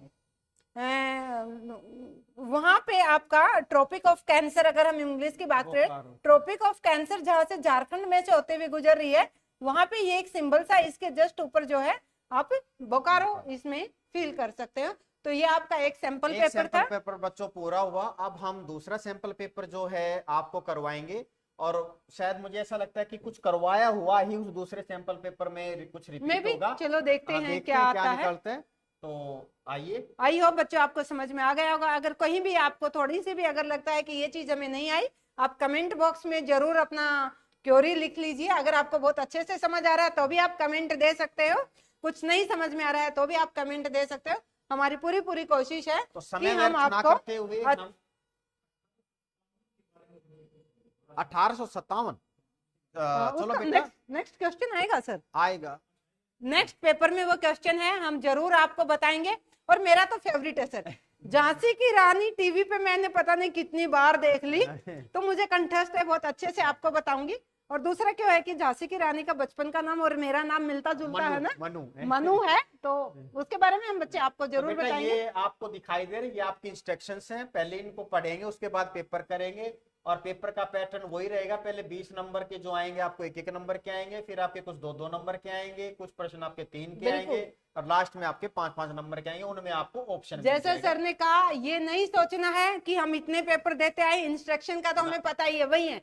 नहीं, हर पेपर में इंस्ट्रक्शन हो सकता है चेंज हो जाए। आपको इंस्ट्रक्शन बड़े ध्यान से पढ़ना है, नकल के भरोसे पेपर में नहीं जाना। आपको पूरी तैयारी के साथ जाना है। अगर आपका एक पेपर डूब गया तो आपका पूरा रिजल्ट डूब जाएगा। इसीलिए हम कह रहे हैं कि बहुत इंटरेस्टिंग सब्जेक्ट है, बहुत बढ़िया सब्जेक्ट है। आर्ट्स जो है, आर्ट्स में एसएससी आगे आपको आईएएस बनना है, यूपीएससी क्लियर करनी है, लॉयर बनना है, जज बनना है, तो ये आपके लिए जरूरी है। तो आप एसएस पढ़िए, आगे पॉलिटिकल साइंस पढ़िए। चलिए हम बात करते हैं। सिंधु सभ्यता के लिए लोग किसकी पूजा करते थे? पशुओं की, वृक्षों की, शिवलिंग की, उपरोक्त सबकी करते थे। तो ये इसका आंसर है, उपरोक्त सभी। लिखने का पैटर्न क्या है हमने पहले बताया था, एक बार फिर बता देते। सेक्शन ए लिख के प्रश्न नंबर 1, फिर घ के आगे उपरोक्त सभी, इस तरीके से आप करेंगे। मिस्र के राजा यहाँ पे बच्चे ये मत सोचना कि सबकी पूजा कैसे करते थे। अरे हम लोग भी तो बहुत सारे देवी देवताओं की, बहुत सारी चीजों की पूजा करते हैं। तो वैसे ये लोग भी, जैसे आज के दिन में अगर हम देखें, हम पीपल की पूजा करते हैं सर, हाँ जी, गौ माता की पूजा करते हैं, शिव जी और की भी करते हैं, शिवाजी और इसकी तो बहुत सारी, करते तो उस टाइम के लोग भी सारी करते पूजा करते थे। अगला लोग प्रश्न सभी मिलता जुलता है। पहले मॉडल टेस्ट पेपर से मिस्र बहुत के बढ़िया राजा को करवा क्या दिया, कहा जाता था? मैडम ने बड़े अच्छे से बताया, फराहो कहा जाता था। फिर समझाने की जरूरत ही नहीं। शास्त्रों में धर्म के कितने लक्षण बताए गए हैं? 10 लक्षण बताए गए हैं। और बड़ा आसान सा प्रश्न है, श्रीलंका कब आजाद हुआ? 1948 में। भारत कब आजाद हुआ? 1947 में। ऐसे नेक्स्ट ईयर आप हो याद कर सकता सकते है। हो। यूरोपीय संघ का मुख्यालय कहाँ है? तो देखिए, यूरोपीय संघ है तो सीधी सी बात है यूरोप में ही होगा जी। अब कोलंबो ये भी एशिया में है, बीजिंग भी हमारा एशिया में है, मास्को भी ये आधा एशिया में है। तो ब्रुसलेस जो है इसका सही ऑप्शन होना चाहिए। अगला सर प्रश्न, यहाँ पे एक क्वेश्चन और बनता है बच्चों, आपको याद करने की हम ट्रिक बता रहे हैं कि यूरोपीय संघ का मुख्यालय भी ब्रुसेल्स है। हमने पीछे सामुदायिक सरकार की बात करी थी बेल्जियम में, उस बेल्जियम की राजधानी भी ब्रुसेल्स है। अगर बेल्जियम की राजधानी आती है वो भी ब्रुसेल्स, यूरोपीय संघ का मुख्यालय आता है वो भी ब्रुसेल्स, और याद आता है कि सामुदायिक सरकार सबसे पहले कहाँ थी? तो बेल्जियम में। अगला है, भारत ने परमाणु परीक्षण कहाँ किए? तो बच्चों 2 परमाणु परीक्षण हुए थे 1974 में, 1998 में। पहला परीक्षण इंदिरा गांधी जी के टाइम में, दूसरा वाजपेयी जी के टाइम में। राजस्थान में स्थान है पोखरण, वहां इनका ये परमाणु परीक्षण किया गया था। अगला प्रश्न है, रियो डी जेनेरो पृथ्वी सम्मेलन कब हुआ? 1992 में। 92 में ये हमारा सम्मेलन हुआ था। इसको पृथ्वी सम्मेलन के नाम से भी जानते हैं, रियो डी जेनेरियो के नाम से भी इसको हम जानते हैं। अब बाघ परियोजना कब शुरू की गई थी? 1972 में इसको शुरू किया गया था। और इनमें से रबी की फसल, ये बाघ परियोजना जो क्या है कि बाघ जो जाति है वो लुप्त होती जा रही है, बचाने के तो लिए, उसको बचाने के लिए ये परियोजना हमने हमारी सरकार ने शुरू की थी। अब बच्चों ये है ना, रबी और खरीफ अच्छे इसमें कंफ्यूज हो जाते हैं, रबी और खरीफ। देखो सर, अभी जो फसल कट रही है ना वो रबी की फसल है। अभी जो कट रही है या मई में जो कटे, अप्रैल में जो कटेगी, वो रबी की फसल आ गई। मैं तो बच्चों को ऐसे समझाता हूँ, रबी में 2 अक्षर हैं तो गेहूं चने में भी 2 अक्षर हैं। अच्छा जी। और खरीफ में 3 अक्षर नहीं, वो हैं। क्या है ना जी, सरसों में 3 होते हैं, तो इस टैक्टिक्स से फिर बच्चे गलत कर देंगे, क्योंकि सरसों भी रबी की फसल है। और मान लो जैसे आपका खरीफ है, उसमें आपका ज्वार, कपास, बिल्कुल ये आपका जो है खरीफ आ गया। सर सीधी सी बात बच्चे, जो सर्दियों में बोई जाती है, जो अभी जो फसल कट रही है ये अप्रैल में कटेगी, याद रखो वो रबी की है। उसके अलावा जो बचेगी वो खरीफ की है। क्योंकि फिलहाल के लिए तो आपको याद रखने का यही सबसे अच्छा तरीका है। तो अभी गेहूं जो है हमारे खेतों में खड़ी हुई है, अगले महीने में कटनी शुरू हो जाएगी। तो ये रबी की फसल। इसके अलावा हम देखते हैं चना भी है, सरसों भी है, ये सारी की सारी हमारी रबी की किस फसल। पतन को दीनदयाल पतन कहा जाता है? तो कांडला को कहा जाता है। कांडला पतन जो है दीनदयाल के नाम से नाम रखा गया, इसका नाम बदल दिया गया। अगला प्रश्न, राष्ट्र सिद्धांत किसने दिया? किसने 2 राष्ट्र मांगे? भारत के संदर्भ में जिन्ना ने द्विराष्ट्र सिद्धांत को प्रतिपादित किया। यहाँ पे क्वेश्चन ये भी बन सकता है मुकेश जी, यहाँ पे तो सीधा दे दिया राष्ट्र सिद्धांत, बट राष्ट्र से पहले वर्ड द्वि भी लग सकता है। किसने दिया? तो ये जिन्ना है। जिन्ना तो ने बेटा जैसे दिया मैडम था। ने बताया कि कुछ गलतियां इस मॉडल टेस्ट पेपर में है, तो कंफ्यूज होने की बात नहीं है। आपके पास बुक भी होते हैं, सैंपल पेपर भी होते हैं, और कई बार गूगल भी हमें गाइडेंस करता है, तो आप अपना उसको वेरीफाई कर सकते हैं। अगला है, क्रांतिकारियों की गीता किसे कहा जाता है? तो मैडम आनंद मठ को कहा जाता है। यहाँ पे हमारे बहुत सारे बच्चे हैं, देखिए इस क्वेश्चन पे मैं भी काफी दिनों से वर्क कर रही हूँ, लेकिन एग्जैक्ट आंसर मुझे भी नहीं मिला। बच्चे अगर आप बोर्ड की साइट पे देखोगे तो कौमुदी आंसर है, वो बिल्कुल गलत है, वो नहीं है। अगर हम गूगल से ट्रेस करते हैं तो हमें गीता रहस्य मिलता है, जो कि तिलक के द्वारा ये पुस्तक लिखित है। लेकिन हमारे जो निचोड़ निकल के आता है, सार निकल के, वो यही निकल के आता है कि इसको हम आनंद मठ को हम इनकी बुक कंसिडर करते हैं। तो कहीं भी आपको कंफ्यूज होने की ज्यादा जरूरत नहीं है, आप इसका आनंद मठ इसका फाइनल मानिएगा। विश्व उपभोक्ता दिवस कब मनाया जाता है? 15 मार्च को मनाया जाता है। और मार्च में एक 8 मार्च आता है जो महिला दिवस मनाया जाता है, वो डेट अंतर्राष्ट्रीय महिला दिवस, वो भी पूछा जा सकता है। एक प्रश्न हमने आपको एक्स्ट्रा बताया। अगला, तृतीय क्षेत्र को किस अन्य नाम से जाना जाता है? पहले हमने बता दिया था, पिछले पेपर में बताया। तो सेवा क्षेत्र को नाम से जो है कि जो प्राथमिक क्षेत्र और द्वितीय क्षेत्र को जो सेवाएं प्रदान करता है वो तृतीय क्षेत्र होता है, और वो सेवा प्रदान कर रहा है इसलिए इसका नाम सेवा क्षेत्र है। अगला है हमारा ऋण के औपचारिक स्रोत की कार्य प्रणाली पर नजर रखता है। दो तरह की होती हैं, औपचारिक अनौपचारिक। जो औपचारिक होता है उसमें हमारे बैंक आते हैं, इंस्टीट्यूट्स आते हैं, और जो अनौपचारिक होते हैं उसमें महाजन आते हैं, रिश्तेदार आते हैं। महाजन तो आते हैं, साहूकार होते हैं, हाँ आपस में भाई, जैसे मैंने मुकेश सर से हाँ ऋण जी, ले लिया, वो तो ये अनौपचारिक। अनौपचारिक है। और जो औपचारिक पर कंट्रोल कौन करता है? रिजर्व बैंक ऑफ इंडिया करता है, भारतीय रिजर्व बैंक ऑपरेट करता है सारा। और प्रति व्यक्ति आय की गणना सभी देशों के लिए किस में की जाती है? डॉलर में की जाती है। डॉलर एक तरह से हमारी इंटरनेशनल करेंसी करेंसी के है, रूप बड़ा में जानी पावरफुल जाती है, है। अमेरिका की करेंसी है ये। और वर्तमान में राष्ट्रीय पार्टी हमारी है छह राष्ट्रीय पार्टी है, जिसका पूरा देश में फैलाव है। और अगला है, भारत में राज्य पुनर्गठन आयोग की रिपोर्ट को लागू किया गया। ये अगेन बच्चे बोर्ड की साइट पे आप विश्वास मत कीजिएगा, बोर्ड की साइट पे इसका गलत 47 आंसर दे रखा है। इसका राइट आंसर है 1 नवंबर 1956 दे रखा जो है। राज्य पुनर्गठन आयोग था उसकी स्थापना 1953 में हुई थी, और उसने अपनी रिपोर्ट 1 नवंबर 1956 में उसकी रिपोर्ट को लागू कर और दिया शायद था। आंध्र प्रदेश पहला राज्य बना था जी जिस रिपोर्ट बिल्कुल, के आधार पर भाषा के आधार पर गठित होने हाँ। वाला पहला राज्य आंध्र प्रदेश था। श्री रामुलु पोटे ने के आंदोलन उस पे किया था। आंदोलन किया भारतीय था। जनता पार्टी का गठन 1980 में हुआ अगर था। हम तारीख की बात करें तो 6 अप्रैल 1980 में इसका गठन हुआ था। अगला प्रश्न हम बात करते हैं, कौन सा देश साथ लेकर चलने का उदाहरण है? भारत से अच्छा मुझे तो कोई नहीं लगता। क्योंकि इसमें कम्युनिटी बहुत एक मल्टीपर्पज कम्युनिटीज हैं, रिलीजन्स हैं। कहा भी जाता है भारत में विभिन्नता में एकता है। धर्म के मामले में देख लो जी, जाति के मामले में देख लो, तो बहुत भाषा के आधार हाँ पे जी। देख लो, बहुत तो अगला प्रश्न है हमारा कि सरस्वती सिंधु सभ्यता के किन नगरों में किलेबंदी के साक्ष्य मिले हैं? 2 नंबर का प्रश्न है, आपने केवल शब्द लिखना है। लोथल में, कालीबंगा में, या एक लोथल रह गया जी, लोथल, कालीबंगा और वनमाली बनावली कालीबंगा। हाँ। ये हम पीछे तीनों ऑप्शन हम देख भी चुके हैं, 1-1 नंबर वाले में आए थे। बनावली, जो कालीबंगा है वो आई थिंक गुजरात में है, बनावली हरियाणा में है, और लोथल पंजाब में है। अगला प्रश्न हमारा, सभी सड़कें रोम को जाती, इस कथन का अर्थ क्या है? बच्चों 2 नंबर में बताना है। यहाँ हम केवल इतना ही बताएंगे कि रोम में सड़कों का जाल बिछा हुआ है, सड़कें साफ सुथरी हैं और इंटरकनेक्ट हैं। वो सारे जो सभी शहरों से जोड़ देना, जो रोम है वो सभी शहरों से जुड़ा हुआ है। इसी की हम बात करेंगे। जलोढ़ मृदा की 2 विशेषताएं मैडम ने बड़ा अच्छे तरीके से आपको समझा दिया गया था।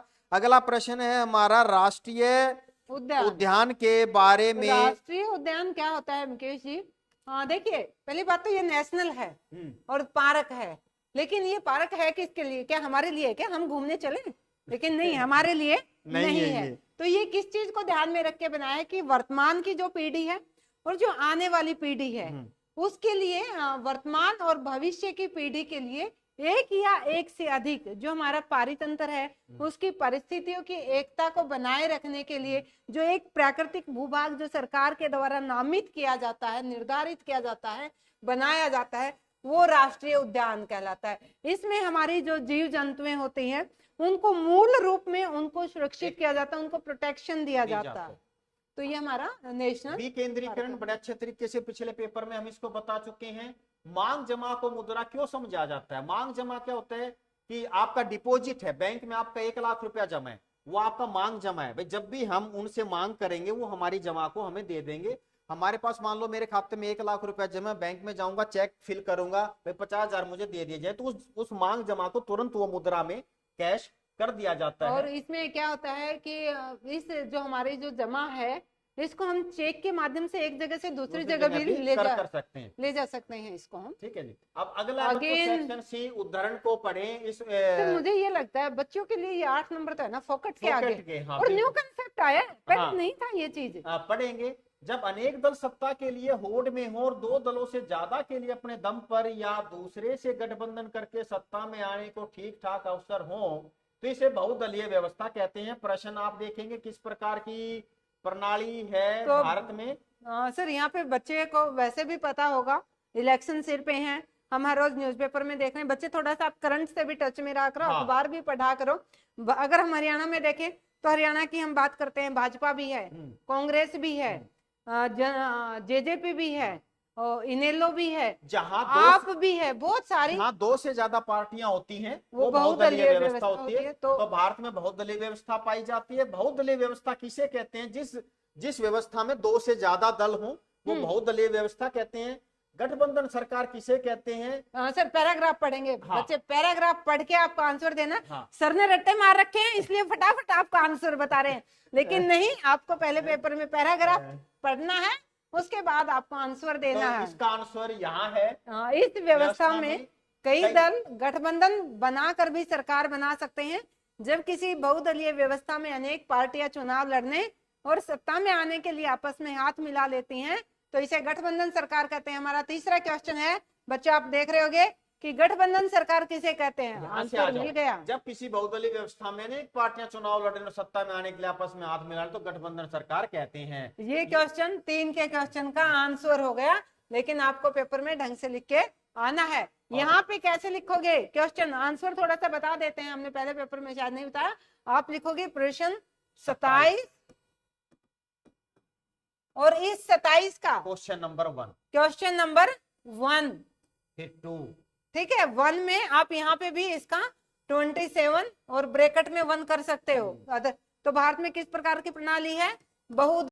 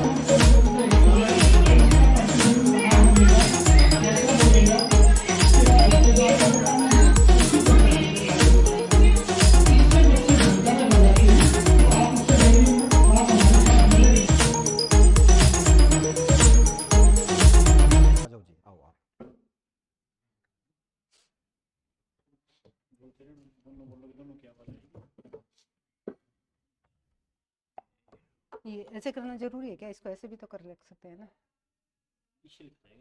लो जी, ओके, ये तो पहले वाला निकाल दिया जी पेपर। रुको रुको एक मिनट। ये तो हो चुका है ना? पूरा स्थल हरियाणा में स्थित, हो नहीं चुका है। नहीं, ये हो चुका, हो चुका है जी, ये हो दूसरा- चुका ये ये तो पहला हुआ था जी। हो लिया जी ये।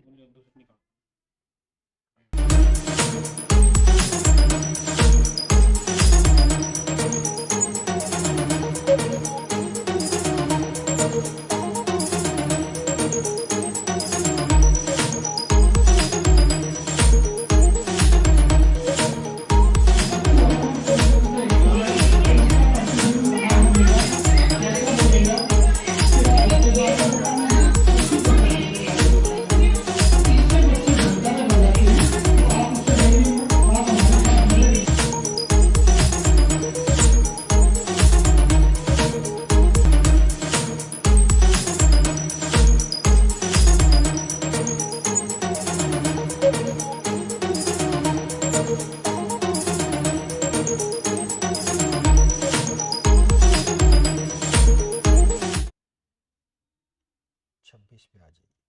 27 27 में बता रहे थे ना मैं कैसे लिखना है। ये रहा। एक रह गई है, कितने गठबंधन थे? 3 थे वैसे, इसमें 3 कौन सा था तीसरा? मेन तो 2 थे, यूपी और एनडीए, तीसरा कौन सा था? देखो तीसरा लालू के टाइम का था। इसमें देखो फटाफट देखो। Alliance in 2004, how many alliance इन 2004? उत्तर गलत हो सकता है, आप इसको नेट पे देखो, इसको छोड़ो, आंसर की को छोड़ो, आंसर के इनके विश्वास पात्र नहीं है। मेरा देना समय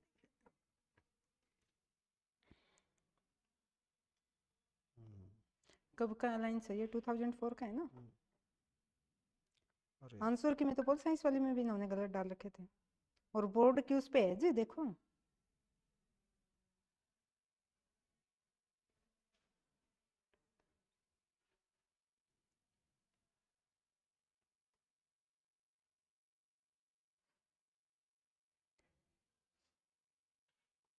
तो नेट ही नहीं चल रहा। There were 3 such major alliances in terms of parliamentary elections, NDA, Left UPA and Left communist Front। Party हाँ, का लेफ्ट फ्रंट आ गया ना। मंगलवार। ठीक ठीक।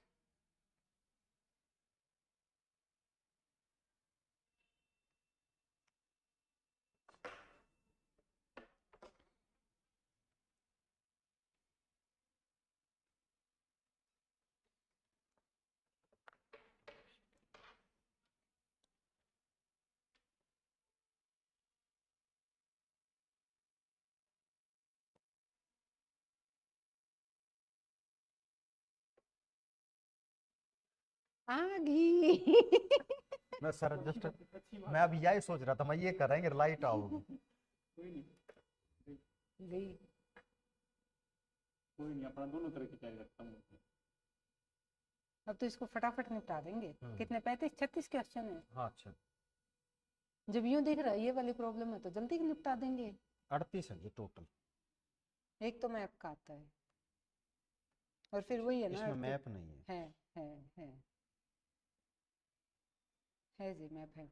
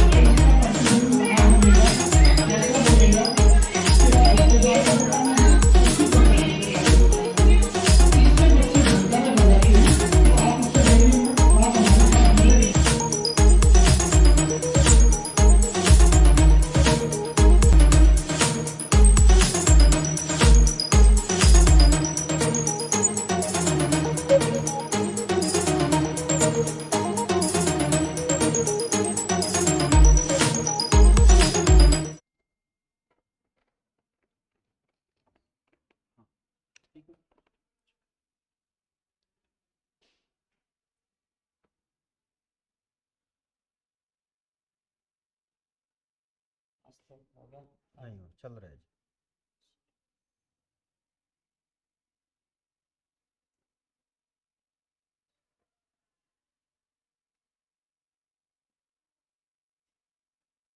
आपको भी असुविधा के लिए हमें खेद है, बीच में इलेक्ट्रिसिटी प्रॉब्लम हो गई थी जिसकी वजह से डिस्टरबेंस हुई। चलिए हम 27 के क्वेश्चन को कर रहे थे, उसमें हम आगे कंटिन्यू करते हैं। हम एक क्वेश्चन इसमें मैडम रह गया था जी 2004 में कितने गठबंधन थे? तो 3 गठबंधन बिल्कुल ही इसमें थे। ये जो है इसका आंसर आपको बच्चों पैराग्राफ पढ़ने से नहीं मिलेगा, अगर आपने डिटेल स्टडी कर रखी है तभी आपको मिलेगा। 2004 में जो हमारे जनरल इलेक्शन हुए थे लोकसभा के, उसमें 3 गठबंधन थे। 2 तो फिलहाल आप देख रहे हो, यूपीए और एनडीए। यूपी और NDA, NDA national democratic alliance, UPA United progressive alliance, और जो तीसरा था वो लेफ्ट फ्रंट था। तो जो लेफ्ट फ्रंट है कुल मिला के उस समय 3 थे। बाय द वे अगर आपसे नाम पूछा भी जाए तो अगर आप एक नंबर में फुल फॉर्म ना भी याद रहे तो एनडीए लिखो, यूपीए लिखो और लेफ्ट फ्रंट लिखो। अगर इनका पूरा नाम पूछा जाता है तो राष्ट्रीय जनतांत्रिक गठबंधन है एनडीए का हिंदी में, यूपीए का संयुक्त प्रगतिशील गठबंधन है हिंदी में हम कहेंगे, और ये वाम मोर्चा है हिंदी में। बिल्कुल, अब हम नेक्स्ट क्वेश्चन की तरफ बढ़ रहे हैं। ये फिर आपका एक पैराग्राफ आ गया। हम पहले प्रश्न देखेंगे उसके बाद पैराग्राफ पढ़ेंगे। प्रश्न है हमारा, बहुराष्ट्रीय कंपनियां क्या होती हैं? दूसरा प्रश्न है, विदेशी निवेश का क्या अर्थ है? तीसरा है, बहुराष्ट्रीय कंपनियां किन स्थानों को निवेश के लिए उपयुक्त मानती हैं? और चौथा है, निवेश क्या होता है? तो आइए हम पहले पैराग्राफ पढ़ेंगे, उसके बाद उत्तर ढूंढने की कोशिश करेंगे। सामान्यतः बहुराष्ट्रीय कंपनियां उसी स्थान पर उत्पादन इकाई स्थापित नजदीक है जहां कम लागत पर कुशल और अकुशल श्रम उपलब्ध हो। साथ ही बहुराष्ट्रीय कंपनियां सरकार की नीतियों पर भी नजर रखती हैं जो उनके हितों की देखभाल करते हैं। वे भूमि, भवन, मशीन और अन्य उपकरणों की खरीद में व्यय का मतलब खर्च की गई मुद्रा को निवेश कहते हैं। बहुराष्ट्रीय कंपनियां द्वारा किए गए निवेश को विदेशी निवेश कहते हैं। मुकेश जी, यहाँ पे जो पहला क्वेश्चन है, बहुराष्ट्रीय कंपनियां क्या होती हैं, पैराग्राफ में तो इसका इसका है कि बच्चों डायरेक्ट बहुराष्ट्रीय उत्तर नहीं है, तो इसमें बच्चे का एक अपना एक विवेक है, थोड़ी जनरल नॉलेज। निवेश, वे वर्ड को छोड़ दो आप बच्चे, भूमि, भवन, मशीन और अन्य उपकरणों की खरीद में व्यय की गई मुद्रा को निवेश कहते हैं। तो मैडम भूमि से शुरू कर देते हैं। इस पेपर में तो 8 नंबर फोकट के, क्योंकि बहुत ही इजी पैराग्राफ दोनों इस पेपर में इन्होंने टीचर्स ने दे रखे हैं। अगले हम बात करते हैं प्रश्न नंबर 29 का, कि सरस्वती सिंधु सभ्यता के मोहरों का वर्णन करें। सिंधु सभ्यता के बारे में हर पेपर में पूछा जा, कैसे मोहर थी? वो 4 कोनों वाली बताते हैं मैडम, चकोर होती थी, और कुछ आयताकार होती थी। उन पे जो फोटो होती थी वो तत्कालीन समय में जो पशु देवता होते थे उनकी फोटो उस पर होती थी, यानी जिनकी वो सरस्वती सिंधु सभ्यता के लोग जिनकी पूजा करते थे, उनकी देवी देवताओं की, उन पशुओं की, उन वृक्षों की, उनकी जो फोटो थी उनकी उन मोहरों पे होती थी। चाकोर होती थी, आयताकार होती थी। 3 पॉइंट आपके सामने हो गए, आप 3 लिखेंगे। अगला, गौतम बुद्ध के 4 आर्य सत्य बताओ। पिछली बार दोनों में समानता पूछी थी, बौद्ध धर्म और जैन धर्म, और इनमें अब अलग से गौतम बुद्ध के 4 सत्य के बारे में। तो सबसे पहला क्या है मैडम, कि जो जन्म मरण है ना, लाभ हानि है, वो है। तो ये एक सत्य है कि जो एक है कि जो सभी दुखों का जो कारण होता है, आपने पिछले लेक्चर से वासना है वो इनका कारण होता है। तीसरा क्या होता है कि अब इनसे छुटकारा कैसे पाया जाए, हम अपनी लालसा को खत्म कर दें तो वो दुख जो है हमारे कम हो जाते हैं। और चौथा, अगर हम बात करें इसमें तो क्या है कि जो एक इन्होंने अष्टमार्ग भी बताया, अगर उस 8 अष्टमार्ग पर हम चले तो हम सुखी हो सकते हैं। वो एक अलग से प्रश्न बनता है, यहाँ हम उसको डिस्कस नहीं कर रहे। यहाँ पे मुकेश जी, बच्चों को एक बात ध्यान जरूर रखना चाहिए। बच्चे आप ये मत सोचना कि सर मैम तो शुरू से कह रहे हैं 3 नंबर का है तो 3 पॉइंट लिख देते हैं, काम चल जाएगा। क्वेश्चन को ध्यान से पढ़िएगा। इस क्वेश्चन में आपसे 4 पॉइंट मांगे, तो आपको 4 लिखने होंगे। और अगला प्रश्न है, भूमि निम्नीकरण की समस्या को कैसे हल किया जा सकता है? पिछले पेपर में भी था सर। यहाँ पे है ना, कई बार क्या होता है कि वर्ड ऐसा, पीछे हमने अपर्दन वर्ड यूज किया, अब निम्नीकरण हो गया। निम्नीकरण, अगर बच्चों आपको कई बार हिंदी में समझ में नहीं आता है तो आप उसको इंग्लिश का भी आप देख सकते हो। डिग्रेडेशन वही है कि उसका अपर्दन, उसका कटाव कैसे हो रहा है। पीछे जब हमने देखा था पहाड़ी एरिया की बात की अब थी, ये मैदानी अब इलाके का इसमें ऐसा ऐसा कुछ नहीं है कि पहाड़ी का या मैदान को हम इसको मैदानी मान लेते हैं। मान लेते। पीछे ये पूछा था कि कारण क्या है, भूमि अपरदन के कारण क्या है, लेकिन अब ये है कि उसकी समस्या को हल कैसे हल किया। कैसे किया तो जो कारण है उन कारणों को खत्म कर दो, खत्म कर दो। हल हो जाएगा। पीछे हमने मुकेश जी जैसे बताया था कि उसकी जो भूमि अपरदन है, सॉरी पीछे भी हमने उसका सॉल्यूशन ही बताया था। सॉल्यूशन बताया था बिल्कुल, तो वही वो इसमें आपने रहेंगे। जैसे ना मेखला बनाकर हम बिल्कुल बिल्कुल उस वही तरीके, रहेंगे हाँ। यहाँ पर भी आंसर। और अगला है राजस्थान के शुष्क क्षेत्रों में जल संग्रहण किस प्रकार किया जाता है, ये हम पिछले पेपर में कर चुके हैं। वो टैंक टैंक वगैरह कुंड बनाकर आपने बताया था। जी। भारत में स्थानीय स्तर की सरकारों का महत्व बताएं। जो पंचायत होती हैं, जो नगर निगम होती हैं, नगर पालिकाएं, वो हमारी स्थानीय स्तर की सरकार होती है। इनका महत्व क्या है, इनमें जो संविधान का पावर है उसको विकेंद्रीकृत कर दिया जाता है और सभी लोगों को ऐसा लगता है कि हमारा भी शासन व्यवस्था में हिस्सेदारी है। कुल मिला के ये लोकतंत्र को मजबूत करती हैं, हाँ जी, लोगों को अवेयर करती हैं, और जो स्थानीय स्तर के जो हमारे प्रतिनिधि चुने होते हैं वो हमारे बीच में ही होते हैं, बीच में ही होता तो वो हमारी समस्याओं को ज्यादा अच्छे तरीके से समझते हैं, और जब हमारी समस्या को अच्छे तरीके से समझेंगे तो वो उनका दूर भी कर पाएंगे। अगला इसमें हमारा ये अब हमारे शायद बड़े प्रश्न आ गए हैं। सरस्वती सिंधु सभ्यता की विश्व को क्या देन है। हम इस पर टॉपिक पर मतलब सरस्वती सिंधु सभ्यता से हमने क्या सीखा। एक तो मैडम उनकी जो नगर निर्माण नगर नियोजन व्यवस्था था जो ना, वो है बड़ी एक उत्तम प्रकार की थी। फिर दूसरा क्या है, आपसे उनकी सुरक्षा का मामला ले लो या स्वास्थ्य का मामला ले लो, सफाई का हिसाब देख लो आप। जब हम सड़क व्यवस्था के बारे में बात कर रहे थे, वो कच्ची जरूर थी, लेकिन वो हर जगह सफाई व्यवस्था का जो है ध्यान रखा गया था। डस्टबिन रखे जाते थे। और बैलगाड़ी और जैसे बैलगाड़ियों का यूज करना या नाव का निर्माण करना, आने जाने में यातायात। हाँ बात है मैडम, जो सबसे एक अच्छी चीज है जो तो उसका इन्होंने निर्माण करना आविष्कार किया था। सबसे एक जो हमारे जैसे गांव में है ना, घरों में अमूमन होती है, काशी का कचोला हो गया। हाँ जी, हाँ जी। कचोला तो लगभग आता ही है, समझ बच्चे, सागर होता है, या इस तरह की जो कांसे जो हमारा धातु है जो हेल्थ के लिए भी अच्छा होता है, उसका भी इन्होंने आविष्कार किया। जो अगला क्वेश्चन है, बच्चों की डिमांड भी थी और वो क्वेश्चन भी हमारे सामने आ गया कि 1857 की क्रांति के सामाजिक, धार्मिक व राजनीतिक कारणों का वर्णन करो। ये अलग अलग भी आ सकता है मैडम, सामाजिक राजनीतिक कारण बताओ या धार्मिक बताओ, बिल्कुल आ सकता है सर। तो बेटा जैसे कि 1857 की क्रांति जो हुई थी, उसको हम हमारे भारत के पर्सपेक्टिव में स्वतंत्रता संग्राम की पहला शुरुआत बताते हैं, कि हमारी जो शुरुआत है, जो आजादी के लिए हमने लड़ाई शुरू की, हमने उससे एक गुलामी से छुटकारा पाने की जो हमारी कोशिश हुई थी, वो 1857 में हुई थी। इसकी शुरुआत जो इसका जो माना जाता है, इसका सेहरा जिसके सिर पे बंधा, वो झांसी की रानी लक्ष्मीबाई के नाम पे बंधा था। अगर हम इसके सामाजिक कारणों, चर्बी वाला कारतूस का भी था, इसमें भी बहुत सारी चीजें आएंगी। कि सबसे पहले तो धर्म परिवर्तन की बात करते हैं हम। मिशनरीज आई थी वहां से, ईसाई मिशनरीज आई थी, और वो हिंदुओं को, मुसलमानों को, उनका ये था कि हम ईसाई बनाएंगे, और उनको वो जबरदस्ती धर्म परिवर्तन करवा रहे थे। तो ये उनका जो धार्मिक कारण था, ये एक बड़ा कारण था। दूसरा ये भी था कि हम वो अपने धर्म को सर्वश्रेष्ठ मानते थे, हमारे जो धर्म थे उसको वो एक तरह से गिरा हुआ कहते थे, ये तो बेकार है, कुछ नहीं है इसमें।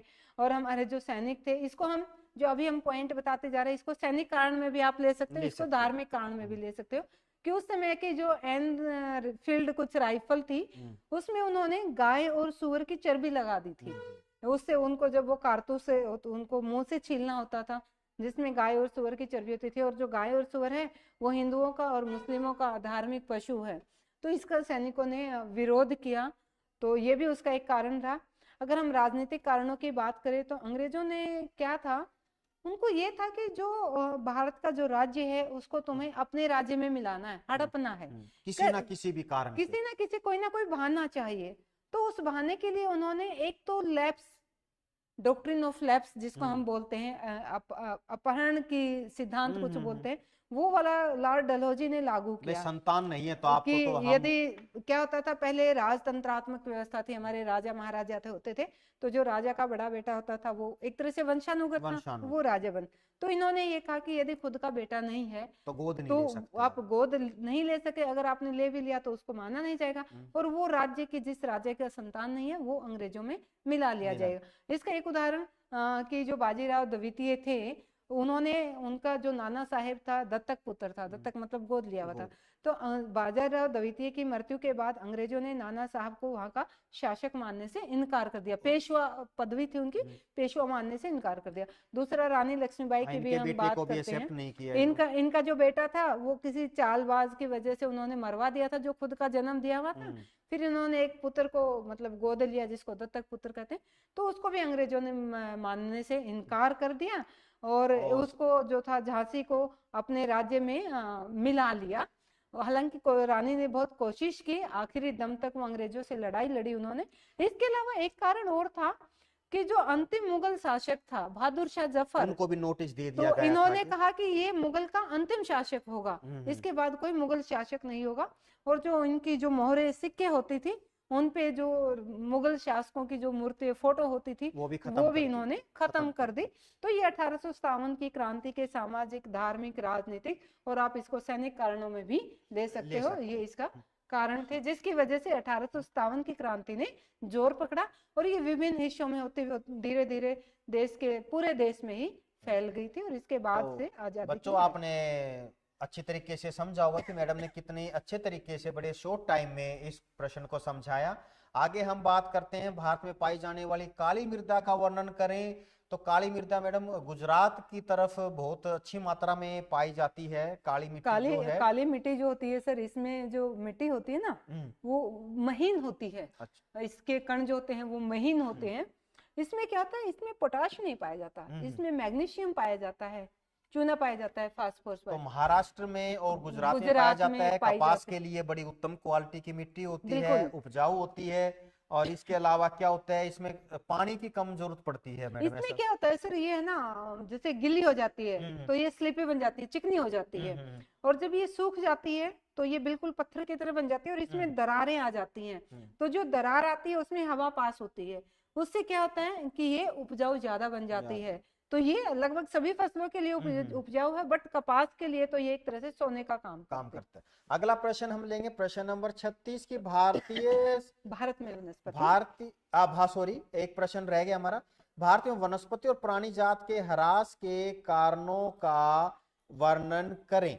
तो इसमें हम क्या बताएंगे कि मैडम ये हम थोड़ा सा इन्होंने घुमा दिया, वनों को काटना, शिकार, पक्षियों का शिकार करना, और भाई जैसे जमीन चाहिए खेती के लिए तो जंगलों को आप काटेंगे, तो ये वही इसमें आ जाता है। आजकल वो पक्की होती जाती जा रही है। और तो अगला हमारा प्रश्न है, भारतीय संघ की भाषा नीति की प्रमुख जो है विशेषताएं बताएं। तो हमारे कॉन्स्टिट्यूशन के 8 भाग में टोटल 22 भाषाओं को मान्यता दी गई है। 8 अनुसूची, अनुसूची 8 में जो है 22 भाषाओं को मान्यता दी गई है, हिंदी को छोड़कर 21। प्रश्न भी कई बार आपने पेपर में देखा होगा, घुमा फिरा कर दे दिया जाता है, और लगभग 40% के करीब लोग जो हैं वो हिंदी भाषा को जो है अपने बोली में इसमें करते हैं। एक चीज और हम इसमें दे सकते हैं, हमने पीछे किया था कि राज्य पुनर्गठन आयोग की रिपोर्ट कब लागू हुई, वो वाली बात भी हम इसमें कर सकते हैं कि 1953 में भाषा के आधार पे राज्य बनाने के लिए एक आयोग बनाया गया था। शुरू में ये माना जाता था कि भाषा के आधार पे हम राज्यों का पुनर्गठन करेंगे तो वो हमारे देश की एकता के लिए खतरनाक होगा, लेकिन बाद में ये बात आई कि यदि हम भाषा के आधार पे बनाते हैं, राज्यों का पुनर्गठन करते हैं, तो उससे देश की एकता और भी ज्यादा मजबूत होगी, क्योंकि वो भाषा के आधार पे एकता हो गई, एक भाषा के लोग एक राज्य में हैं। तो ये चीज भी हम इसमें डाल सकते हैं। इसके अथवा में प्रश्न हमारा, आधुनिक लोकतांत्रिक व्यवस्थाओं में सत्ता की साझेदारी के अलग अलग तरीके क्या हैं? इस प्रश्न को थोड़ा घुमाया गया है, लेकिन बड़ा इजी प्रश्न है। सबसे पहले तो क्या मैडम, विभिन्न अंगों में विकेंद्रीकरण, शक्तियों को समान रूप से बांटा गया, तो वो भी एक साझेदारी है कि सबको, सभी अंगों को दे दिया गया है। और दूसरा इसमें क्या है कि इसमें 2 वे और भी आते हैं, जिसको हम ऊर्ध्वाधर और क्षैतिज प्रकार से हम कहते हैं कि जो सत्ता है वो 2 प्रकार से बांटी जाती है, एक ऊर्ध्वाधर होती है, एक क्षैतिज प्रकार से होती है।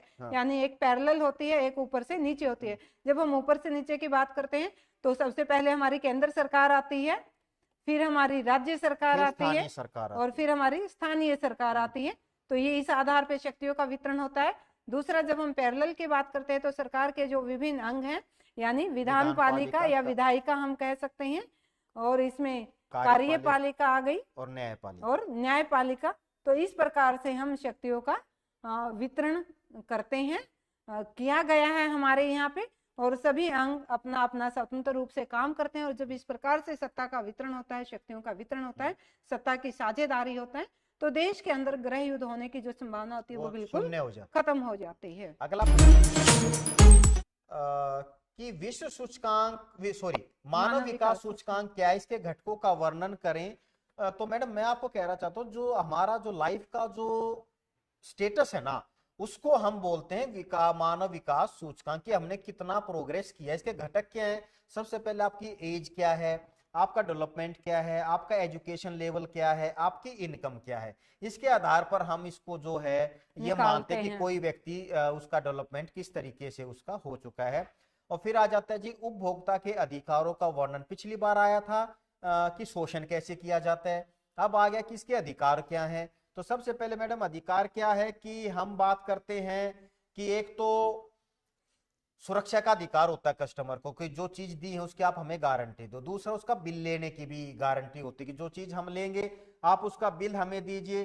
तीसरा क्या होता है कि जबरदस्ती जबरदस्ती कोई चीज हमें कोई चिपका नहीं सकता। भाई हमारे पास ऑप्शन, आप ये चीज दिखाई, हम पैसा दे रहे हैं तो वो हमें ऑप्शन दिखाएं। तो ये कुछ अधिकार होते हैं। हमारे पास चुनाव का अधिकार होता है। दूसरा, हम इसमें थोड़ा सा बात करते हैं, बच्चों को सिलेबस में जो एक्ट है 1986 का एक्ट है, कंज्यूमर प्रोटेक्शन एक्ट 1986, उसमें ये कहा गया है कि यदि किसी कंज्यूमर के साथ धोखाधड़ी होती है, किसी भी प्रकार से उसका शोषण होता है, तो वो कंज्यूमर फोरम में जाके सीधा उनके खिलाफ, फॉर्म में उपभोक्ता जिसको हम कहते हैं, अदालत कहते हैं, वहां जाके वो केस भी कर सकता है। और हालांकि वो सिलेबस में नहीं है, लेकिन एक नया एक्ट भी आया है इसमें। उसमें क्या है कि जरूरी नहीं जहां हमने सामान खरीदा हम वहीं जाके केस करें। जहां पे हम रह रहे हैं, सपोज कीजिए हम दिल्ली से सामान लेके आए हैं और हम भिवानी में हैं और हमें यहाँ पे पता चला कि हमारे साथ तो धोखाधड़ी भी है, गलत सामान है, तो हम भिवानी के कंज्यूमर फोरम में जाके केस कर सकते हैं। बहुत अच्छी सुविधा दी गई है। लेकिन जो 1986 का एक्ट है वो ये कहता था कि आपने अगर दिल्ली से सामान लिया है, आप भिवानी में, तो वहां पे जाके आप केस करोगे। तो कुल मिला के उपभोक्ता के अधिकारों की बात आती है। तो यदि हमारे जो चीजें हैं, हमारा किसी भी प्रकार से शोषण होता है, तो उसके लिए हमारे अंदर कंज्यूमर फोरम भी है, उपभोक्ता अदालत भी है, वहां पे भी हम जाके केस करके भी मुआवजा जो है वो हम ले सकते हैं। आखिरी प्रश्न आ रहा है हमारा मैप का मानचित्र। विश्व, पहले दो तरह के इसमें मैप है, पहले विश्व का है, मिस्र की व्यवस्था सभ्यता और चीन की सभ्यता। तो इसमें आपको डॉट लगाना है कि मिस्र का है और पहले हम बच्चे चीन का देखते हैं। ये इंडिया का मैप है, इंडिया का तो आप अलग से पहचान ही लोगे, ये इंडिया का है। इंडिया के इधर ऊपर की तरफ आप देखते हो तो ये चाइना है। चाइना का जो ये वाला इलाका है, यहाँ पे क्या थी कि चाइनीज सभ्यता फैली हुई थी। ये आप यहाँ पे लिख सकते हो, चीन की सभ्यता। तो बड़ा इजी सा एक नंबर बिल्कुल इजी है कि इंडिया का मैप आप इजी पहचान लोगे। इंडिया के ऊपर जो बड़ा एरिया है वो चाइना का है, तो वहां पे चाइना की सभ्यता और दूसरी आई थिंक मिस्र की सभ्यता है।